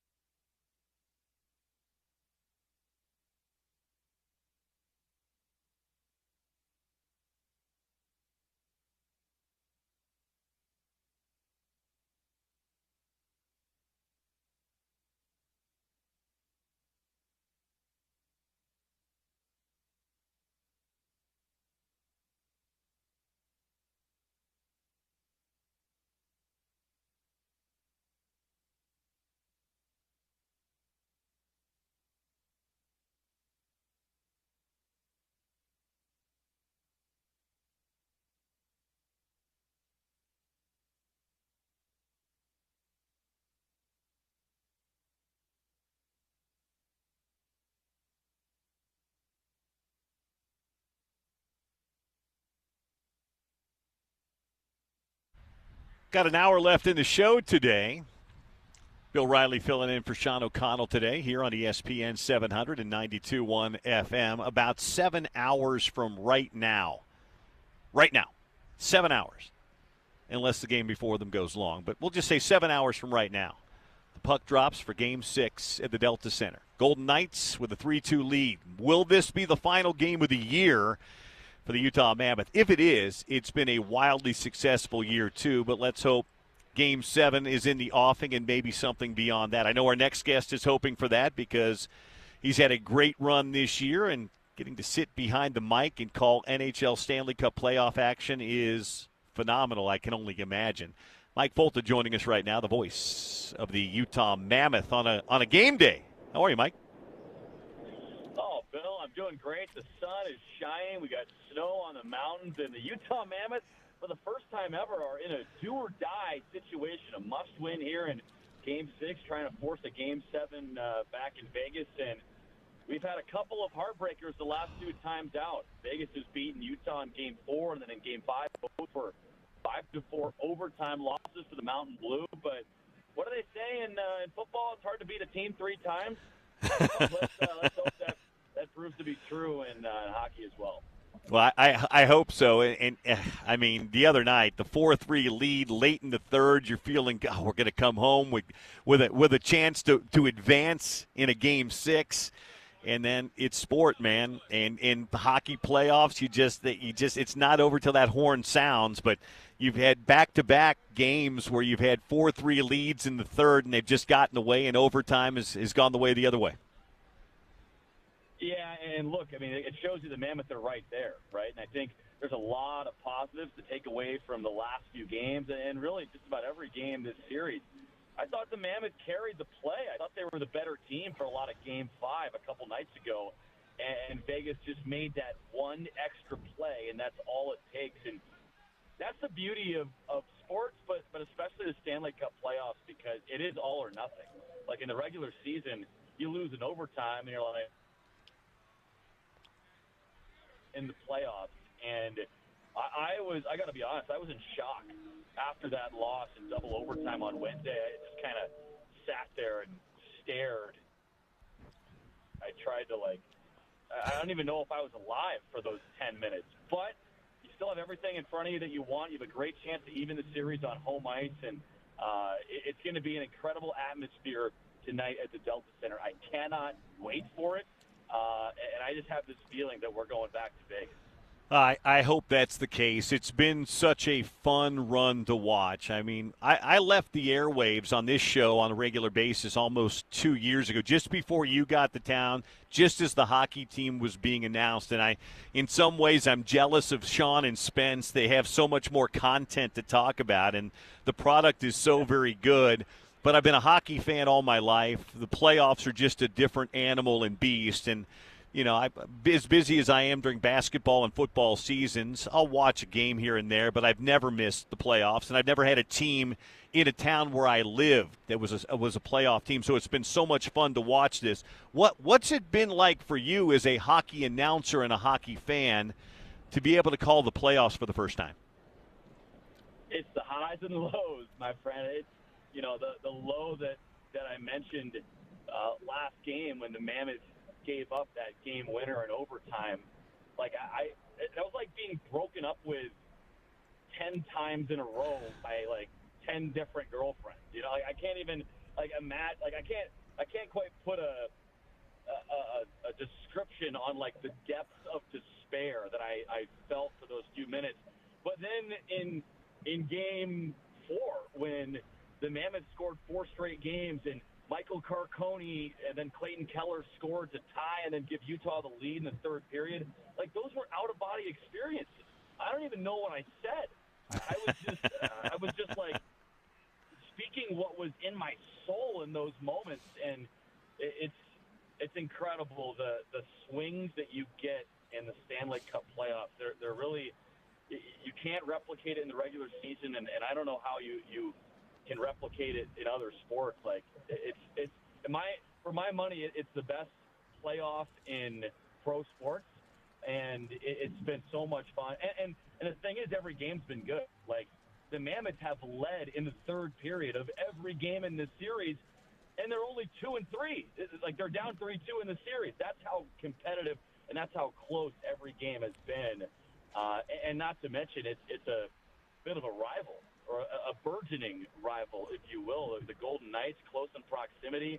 You have Vegas fans that are kind of turning their sweaters in and pledging allegiance to the Mountain Blue after the jersey swap. Like, it's a rivalry that I think is going to pick up steam in years to come, and certainly we'll get a continuance of that tonight. But it's hard to fully describe how it's felt emotionally, because these are emotions that I haven't felt before as a hockey broadcaster. Well, it's funny you say that, because I've said it for years. When Utah joined the Pac-12 in athletics, 15 years ago, the Pac-12 tried to force a Colorado-Utah rivalry thing. Oh, Rocky Mountain rivals.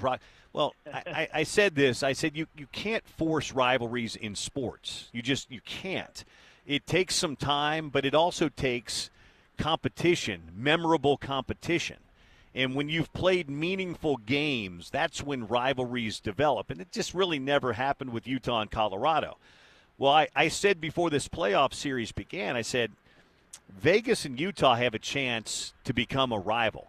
I mean, I thought that when they came in together, but I said you can't force that. You have to play some memory. And in professional sports, it's generally in the playoffs. And the way this series has kind of played itself out, the proximity and all those other things, it may not happen overnight. Things don't happen overnight, but this could be the start of what could be a great regional NHL rivalry. No doubt. And these are both teams that should be good for the next few years as well, and so have a chance to meet in the playoffs, not just this year, obviously, but in years to come. So that part's exciting. I mean, I learned very quickly when I got here to Utah. I learned very quickly not to make any Michael Jordan references. That was something that I knew about the Jordan push-off. I just didn't know how deep those scars ran here in State 45.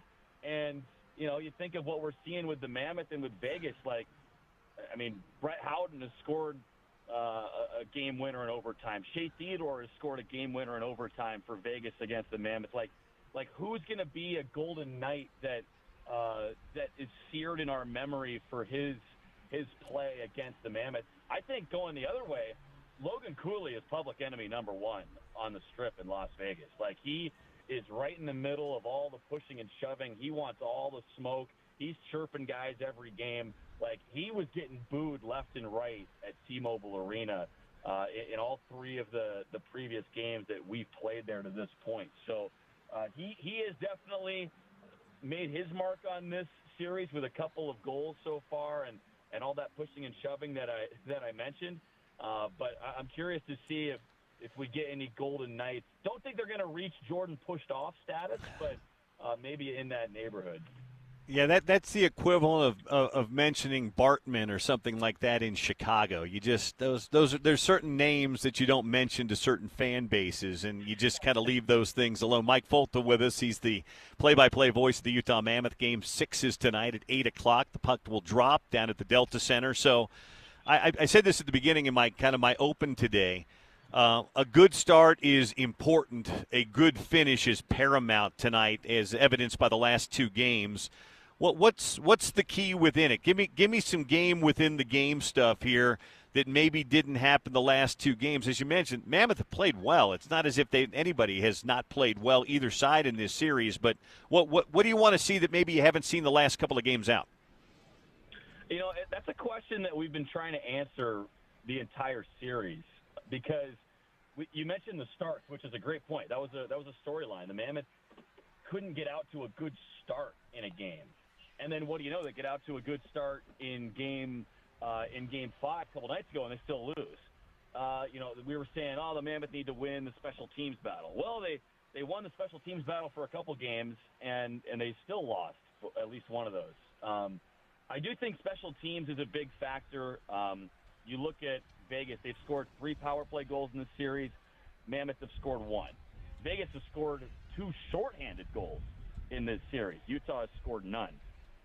So I think that's been a decided advantage for the Golden Knights in this series. I do think that has to be a big focus tonight. That has to be an area where the Mammoth win the game or win that battle with the special teams.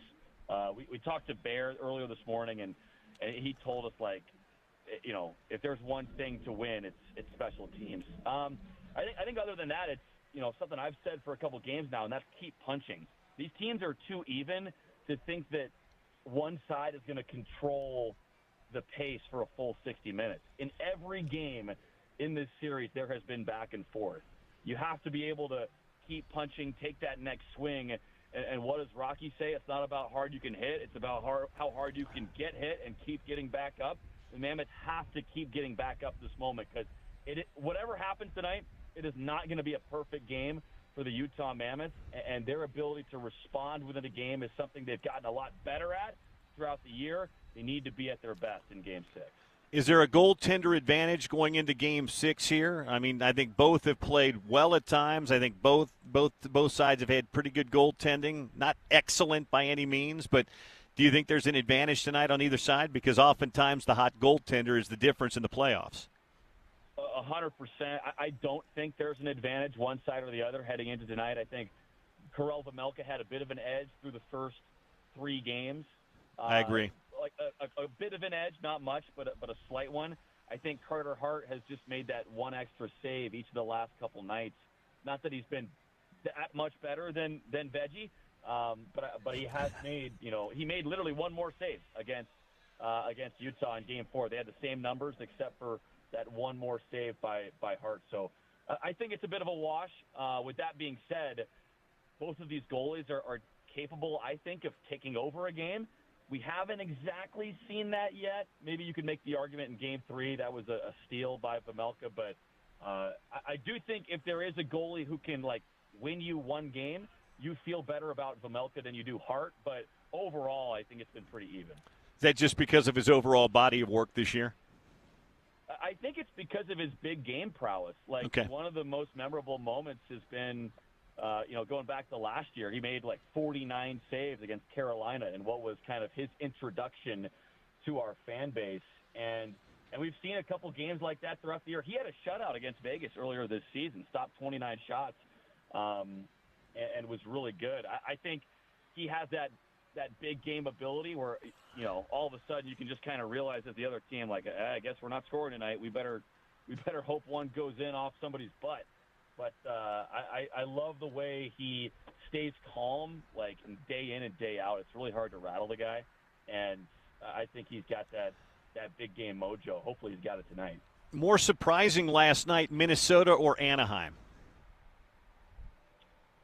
Yeah, that's a great one. I have to say Anaheim just because Edmonton's been there the last 2 years. They've been to the conference, or they've been at the Stanley Cup Finals each of the last 2 seasons and have come up short. Minnesota, they're a really good team. We knew that coming in. Dallas, another really good team. That was an electric series. Very bummed it didn't go 7. That's a series where would have liked to have seen as much of that series as possible. But when you trade for Quinn Hughes, one of the best defensemen in the world, when you acquire him midway through the season, you instantly become a Stanley Cup contender. That was already a playoff-bound team, and they added one of the best D-men in the league. And they're flying. They have more pace than Dallas. They probably have more skill than Dallas, and they're getting really good goaltending from Jesper Wallstedt as well. So they're scary. Like, that's going to be a great tilt between them and Colorado. Anaheim, I mean, that's a great team, but boy, if you're Utah, you're sitting here thinking, God, if we can just get by the Golden Knights. It's a coin flip in round 2 against the Ducks. Like, you feel as confident as you possibly can in a second-round matchup against a team like Anaheim, another team that likes to run and gun. They've struggled defensively at times, but if you're Utah, you're thinking, oh, man, if we can win these next 2 games, there's a realistic chance we can get to the conference finals, which is crazy. By the way, what a year Hughes has had, right? I mean, between the Olympics and now the playoffs? Yeah, and he's a stud, first of all, but he plays as much as anybody. Like, he seems to never come off the ice. he doesn't quite have that Cale Makar factor where he's just going to skate around everyone with raw speed. He's more a bit more of a Jamal Charles, like a make you miss type of running back, if that makes sense. Like I'm a Chiefs fan. I'm a Chiefs fan. I love that reference. Okay, so you had Jamal Charles and what was it, like McCluster? Who was the other one in that tandem? Am I way off here? No. Well, Dexter McCluster was just kind of an add-on back. You had back in the day, you had Larry Johnson and Priest Holmes who were together. You had that 1-2 combination there. Oh, yeah. Yes. Okay, that's good. All right, I overextended on my NFL references there. But, trying to go with Dexter McCluster, like the guy probably returned punts and that was it. But Quinn Hughes, he's got that shiftiness, right? Yeah. He's like your third down back. He's got that elusiveness with his skating. We call it edge work in hockey, where he's so hard to hit because you can't catch him. You can't hit what you can't catch. And Quinn Hughes is like that. He's got all the offensive ability in the world. Comes from a great hockey family. His two brothers are studs with the New Jersey Devils as well. So he's got great genes, and that is going to be an awesome second-round series, Minnesota and Colorado. Cannot wait for that because you have probably the two best defensemen in the league in Hughes and Makar going head-to-head. Anybody in the East surprise you right now? Philly. I mean, the Philadelphia knocking off Pittsburgh. Yeah, I think Rick Tocchet deserves a really strong look as Coach of the Year. It's a really good team in Philadelphia. Like it's pretty deep, but they don't have that. They don't have a Sidney Crosby. They don't have a Evgeny Malkin. They don't have a. They certainly don't have a Quinn Hughes or a Cale Makar. They don't have even a guy like Clayton Keller, who had 88 points in the regular season for Utah. Philly didn't have anybody close to that offensively. So it's a team that has elevated their play as a group, and Tocchet has them rolling at the right time. And that fan base is rabid. Like, just if you thought the scenes out of that arena were good in the first round, like just wait. I think they're going to have trouble with Carolina because I think the Hurricanes are an absolute wagon. But those home games in Philly are going to be a ton of fun. Mike Folt is with us for a moment or two more. He'll have the call on radio tonight of the Mammoth and the Golden Knights Game 6 from downtown. It's hard to explain if you haven't been around sports your entire life like you and I have. We're fortunate enough to be in the arena calling things, but there's a different level to postseason stuff. I've oftentimes said I love the NFL playoffs, and I've been around them, and I covered them, and I love – but the two playoffs that just feel different than the regular season are the Major League Baseball playoffs and the NHL playoffs. And the NHL guys go hard every night, but there's just a different level to it. How do you explain it when you're in the arena, you're calling it, the intensity to a postseason NHL game versus a regular season NHL game? I was pondering this the other day, Bill, and I think with sports like baseball and hockey, and you could throw the NBA in there because they play 82 games as well. So many games, yeah. Like during the regular season, you're evaluating teams and players off of sample sizes. You're evaluating teams and players off of stretches, a week, a month, the last few games, even a whole season. You're looking at players and teams over a stretch of time. In the playoffs, we're making, judgments on guys off of one moment, right? Like the Mammoth played an incredible game in Game 5, and then Utah couldn't get the puck out of their own zone while they were up a man. Brett Howden makes an incredible play for Vegas, and Utah loses the game because of that one moment, right? And like you boil everything down to mere seconds and moments, and they become the moments that define players, define teams, define franchises, and they're the moments that stick with us. Where in the regular season, we say, oh yeah, Clayton Keller had a great year. In the playoffs, we say Clayton Keller had a great play. He had a great goal. And so I think that's what it is we distill everything down to the minutia of the game, those seconds, those moments that make all the difference. Whereas in the regular season, we got beat there. We'll get them again tomorrow. That doesn't exist. It doesn't exist in the playoffs. Everything is filtered down to the smallest moments. All right, last thing for you, then I'm going to cut you loose. Mike Folta and the Mammoth are heading back to Las Vegas for Game 7 if what happens tonight? Well, what did I say? We asked Bear this earlier. He said win the special teams battle. That was his one thing. I think if the Mammoth can extend a lead tonight, that hasn't been a key indicator of success. That's been 1-for-1 during the series because the Mammoth have given up a couple leads and Vegas has given up a couple leads as well. But I think at some point tonight the Mammoth are going to be up by a goal. Can they get the next goal? Can they make it 3-1 instead of just sitting at 2-1 and then you let Vegas hang around? Can you get that next goal and can you extend a lead? I think that's going to be the telltale sign. Blood pressure's going to be through the roof. Can't wait for it, Bill. It's going to be awesome tonight. Has home ice mattered in this series, in your opinion, or is it pretty even both places? I think if you injected John Tortorella and Andre Tourney with truth serum, they would talk to you about the matchups they're using when they have home ice. Because when you have home ice, you have the last change, which allows you to control matchups a little bit more. So I think they would kind of be able to take you through how the matchups change on home ice versus on the road. But the Mammoths have won once in Vegas. Vegas has won 1 out of 2 games here in Utah. So to be honest, no, it hasn't mattered in the win-loss column. Mike, have a great call tonight. Soak it in. Hopefully you're calling one in Vegas this weekend, and I'll be listening. Talk to you soon.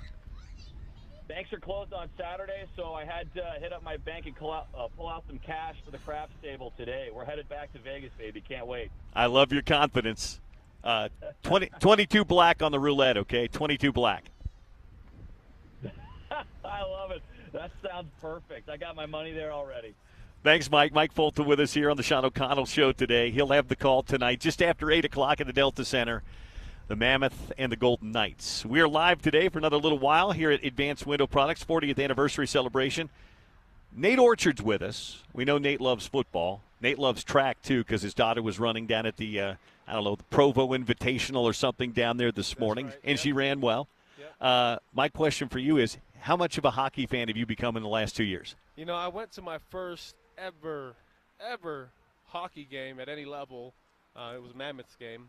A few months ago, and boy, I tell you what, I was blown away. It's amazing, isn't it? From the athleticism to the way they move, their strength, their speed, and I didn't really realize the substitution and how quickly they substitute. So I really had a fond appreciation for the game. The folks I was with, some work folks, man, I was asking all kind of questions, and then the fans in front of me, I'm asking. It was like a 10-year-old kid who played hockey. I'm asking him questions.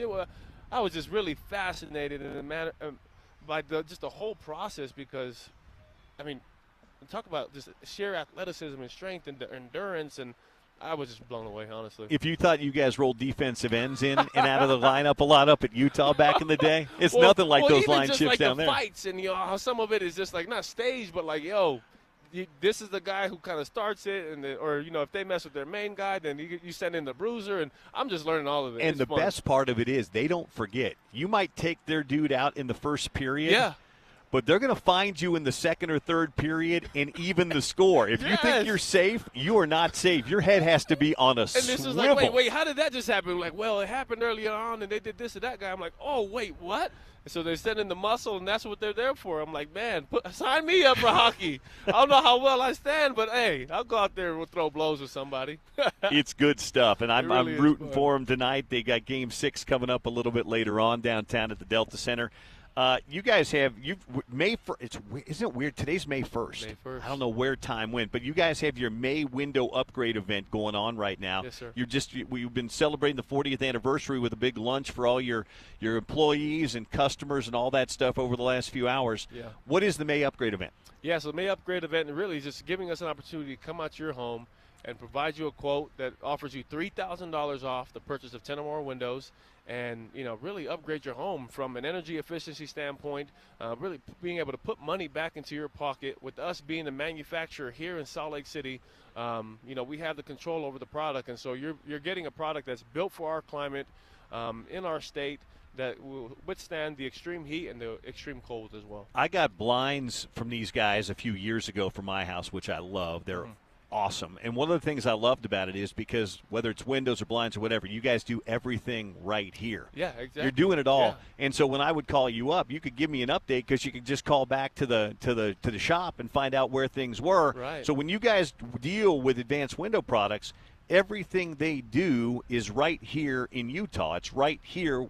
You're not farming it out anyplace else. Right, and that's what we say. We are selling peace of mind at a price that can't be beat. Right, from start to finish. Whether you need some siding replaced, windows is obviously the bread and butter of what we do. But we've learned that siding sometimes naturally comes along with the project, so we'll do that. But also doors as well, and then the blinds. Right, the blinds are a big one, and so to be able to put those beautiful windows in your home and allow you to give you those window coverings to go with it. It's just a perfect complement to each other. What's the phone number if they want some information or they just want to get an appointment set up so somebody can come out to their house? Yeah, the phone number to call is 801-850-9100. Again, that's 801-850-9100, and you'll unlock that $3,000 when you call today. Yep. Ask for any of the guys, Todd or Darren or Rob or any of them, and they'll take really good care of you and get your appointment on the books and get you taken care of this May. Thanks, Nate. Awesome. Thanks, Bill. All right, taking a quick time out. We'll come back on the other side. If you want to text in, we've had almost 2.5 hours of radio. You want to talk some hockey? How into this Mammoth thing are you guys? 2 years in, are you bought in? Are you watching? Are you going? Are you heading downtown tonight? Hit me up on the text line, 877-353-0700. I gave you my tiers of Big 12 football after spring football. Where are you on the Utes after seeing Morgan's team go through it for a spring? 877-353-0700, or anything that might be on your mind. Hit me up today. We'll talk about it. I'll read some text messages coming up in the next segment from you guys here as we head down the home stretch on a Friday. By the way, just a reminder, you can catch me on TV a little bit later on tonight. I'll be on ESPN Plus in a few hours doing Utah-Arizona softball. Big final weekend of the year up at the Dumke Family Softball Stadium. Would love to have you come out. Great weather for it, but if you can't, turn us on ESPN Plus tonight. Myself and Laurel Simmons, a great former Utah softball player, will join me on the broadcast tonight at 5, tomorrow at noon, Sunday at noon as well for a big series up on the hill.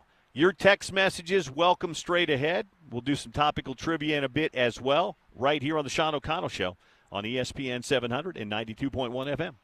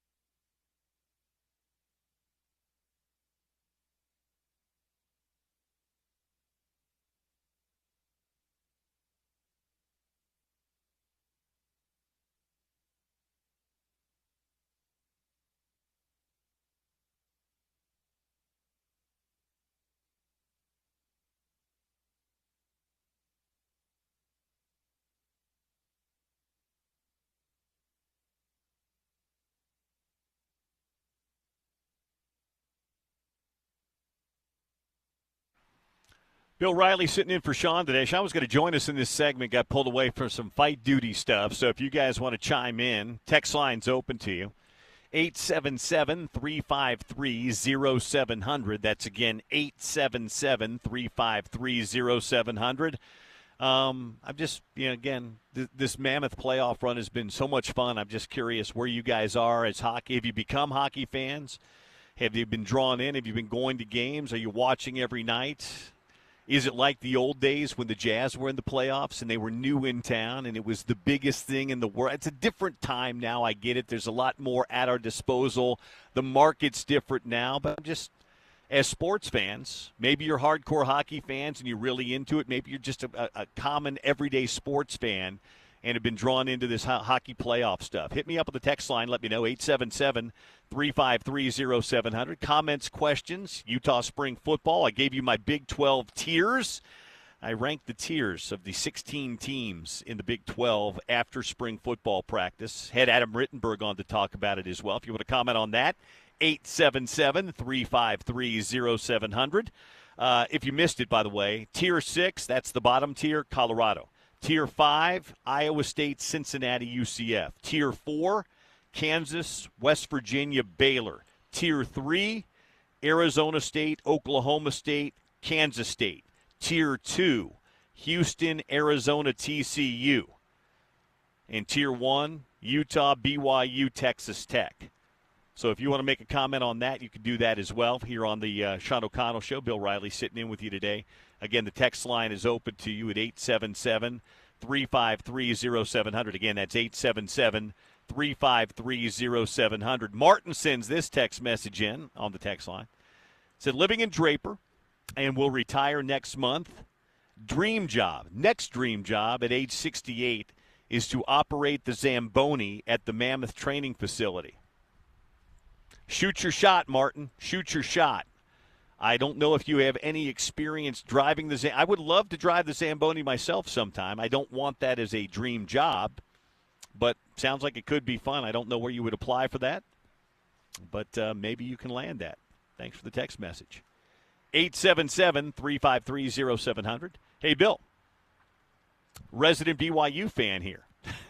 Grew up in Southern California, so I've been a Kings fan and now a Mammoth fan since I was about 5 years old, so hockey is nothing new to me but still exciting. Now, here's what I would say, Darren, the resident BYU fan. You've got to pick. You grew up in Southern California, and I get that. I get it. But you can't be a Kings fan and a Mammoth fan. That's what we call sports bigamy. I talked about this on these radio airwaves for 25 years. You can be a Kings fan because that's where you grew up and that's where you became a hockey fan. Or you can be a Mammoth fan because you live here in Salt Lake now and they're the local team. But I will say, you can't be both.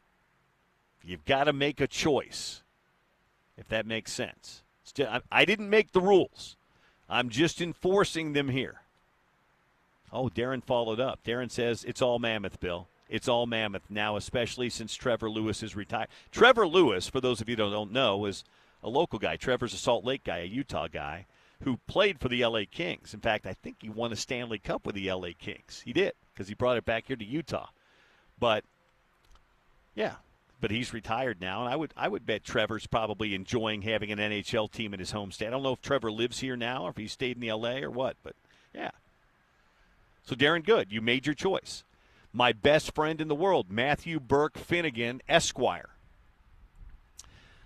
Grew up in St. Louis. Grew up in St. Louis as a Blues fan. Went to the Blues games on a regular basis. His family had season tickets to see the Blues.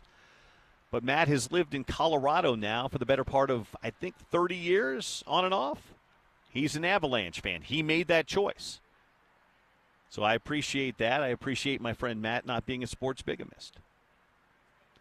877-353-0700. Hey, Bill, who will Texas Tech's quarterback play? Well, who will the Texas Tech quarterback play? Oh, the Texas Tech quarterback play this year. I don't know that. It doesn't look good for it based on what the allegations have been, but I'm not going to sit here and try to explain to you what the NCAA may or may not do. But if you're talking about Brendan Sorsby, the allegations, at least that have been reported publicly, don't look good for him. And by the fact that they have, I guess, what they would call receipts of him betting on his own team at Indiana back in the day, that's not good. So if I had to hazard a guess, and it's only a guess, I would say probably not. That would probably mean that Will Hammond, the backup quarterback, the guy that actually came in and played really well against Utah last year, would probably be the guy. But he's not going to be ready because he tore, I think it was an ACL, about midway through the season, not too long after he helped Texas Tech beat Utah. I don't know, at least the stories I've read, Joey McGuire has been public in saying they're not expecting him back till probably at least game 3. They've added some other quarterbacks to that quarterback room, so they could probably patch it up. They don't have a tough non-conference schedule, but as far as Sorsby goes, it doesn't, at this point in time at least, it doesn't look good. Oh, my old buddy, Derek the mailman. Hey, Derek. Hey, Bill. Mine and Dale Murphy's Braves are off to their best start in 26 years. Don't forget you owe Dale a lunch. I texted Dale the other day to tell him that. I wanted Dale to come up and do a baseball game with me, a Utah baseball game at the new park here soon. I thought it'd be fun to have Murph on board, and Bill Kenneberg's going to be out of town for a game. But I did tell Dale that I do owe him a lunch because the Braves took 2 of 3 from the Royals in that opening series of the season. My Royals not playing so well. Not making me happy. But, Derek, thank you so much. Yes. Congratulations to your Braves. Text message. Hey, Bill, is Deion done after this season? I don't know that. I assume you're meaning Deion Sanders. Coach Prime, Deion Sanders, is the coach of Colorado. I don't know that. That's not for me to say. That would probably be more, if it happened, it would probably be Deion's decision more than Colin, because he's been, even though the record hasn't been there, he's been really good for Colorado football. So, anyway, thank you for the text message, but that's beyond my pale, beyond my pay grade, and I have nothing to do with Colorado athletics. So I don't know, but the last couple of years have been a little rough, so it's going to be interesting to see if they have a bounce-back year this year. 877-353-0700 if you want to get in and on board today. On the Sean O'Connell Show, Bill Riley pinch hitting for Sean today. Let's grab a timeout. We're here at Advanced Window Products. We'll come back on the other side. We'll do a little topical trivia for you. We'll give you another leaderboard update and give you a few more details on what they're doing here before we turn it over to my buddy Spence Checketts to take you home on the drive on a Friday, right here on Utah's #1 sports talk, ESPN 700 and 92.1 FM.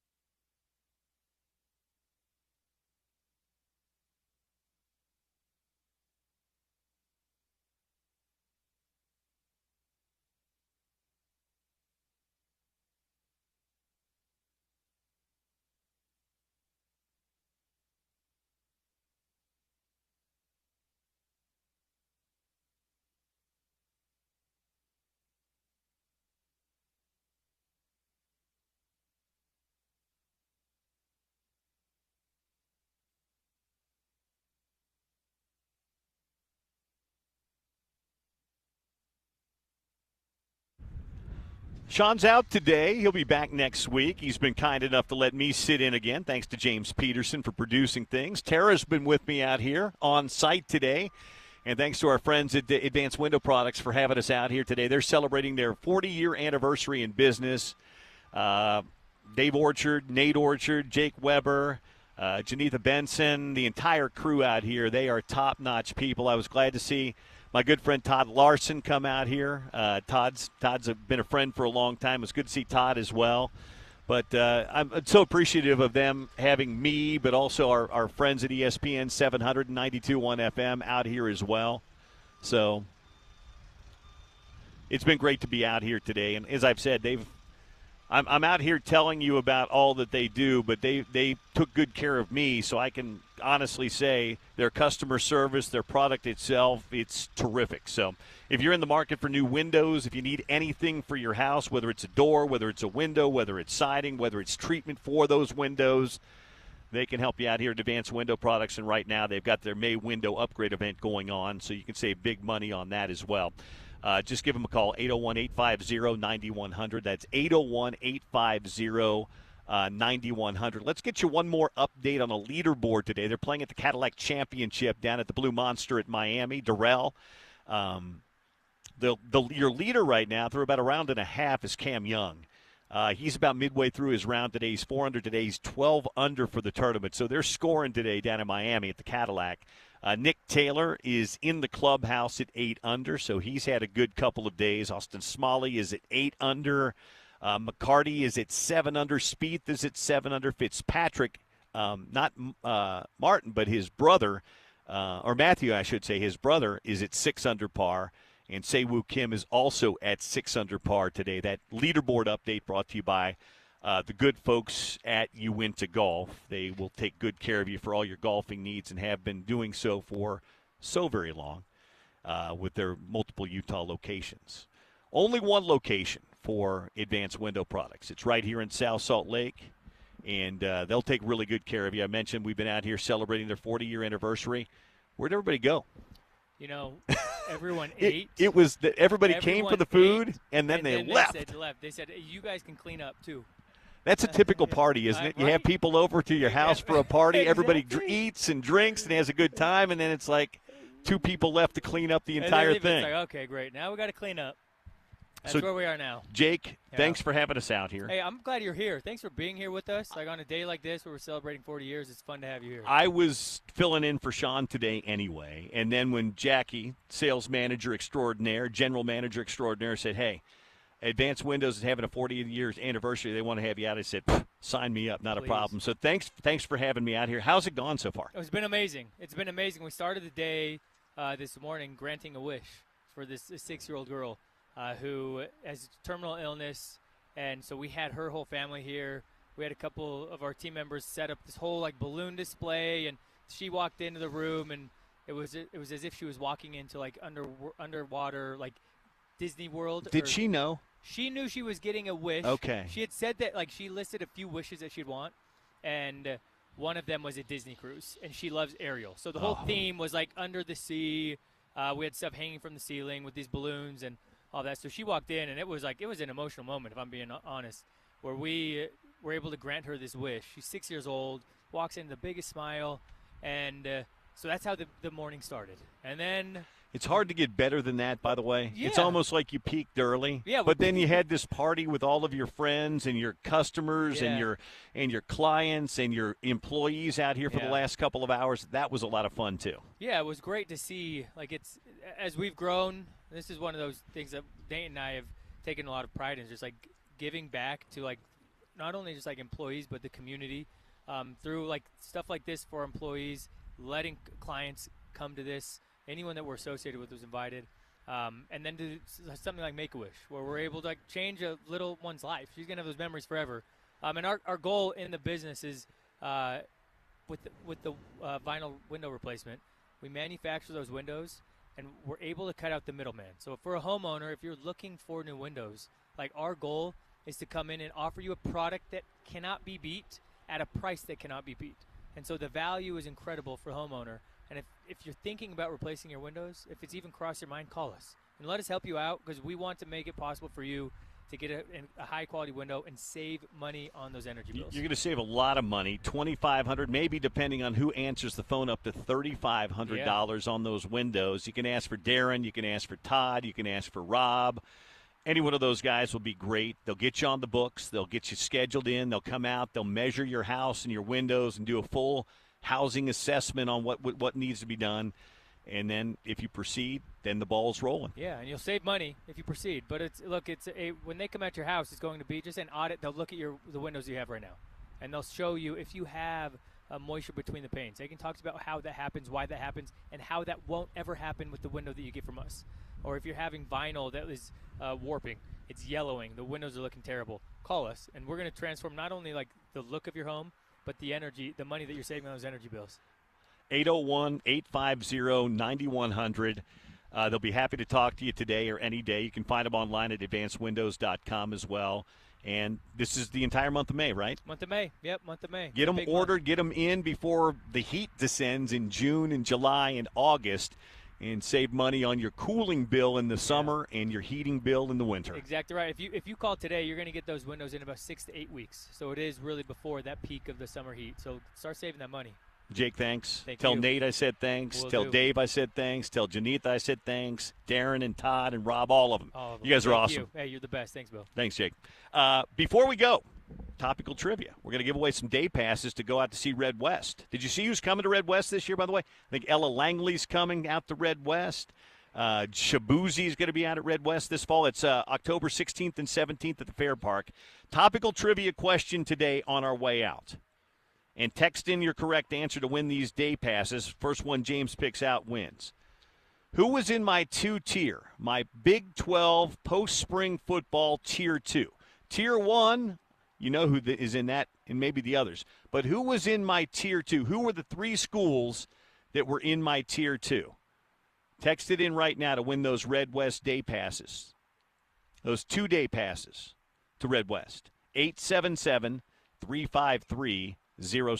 That's 877-353-0700. If you know the answer, who those 3 schools were in Tier 2, you'll win 2-day passes to the Red West Festival in October out at the Utah State Fair Park. Thanks again to Advanced Window Products for having us out today here. Tara on site, thank you, Tara. You were awesome. James back at the studio, thank you as always, James. Jackie, Sean, thank you for having me out here. And thanks to everybody who listened in today to the program. I love that you listen. I love that you support. Thank you so very much. I appreciate my bosses, too, letting me do this from time to time up at the University of Utah. They're awesome as well. And like I said, I'm heading straight up to campus. I'm going to call some softball, some big-time Big 12 softball this weekend. Amy Hoke's team hosting Arizona, 5 o'clock today, noon tomorrow, noon Sunday. If you don't have anything going, come on up or watch me and Laurel Simmons bring you those broadcasts on ESPN+. Big thank you as well to Gordy Chiesa, one of my good friends forever. I love Gordy. Thanks to Mike Folta, who's got a big call tonight, and Adam Rittenberg from ESPN.com. For all of those mentioned before, thanks for listening in today. Enjoy the rest of your afternoon. Spence will take you home next on The Drive right here on ESPN 700 and 92.1 FM.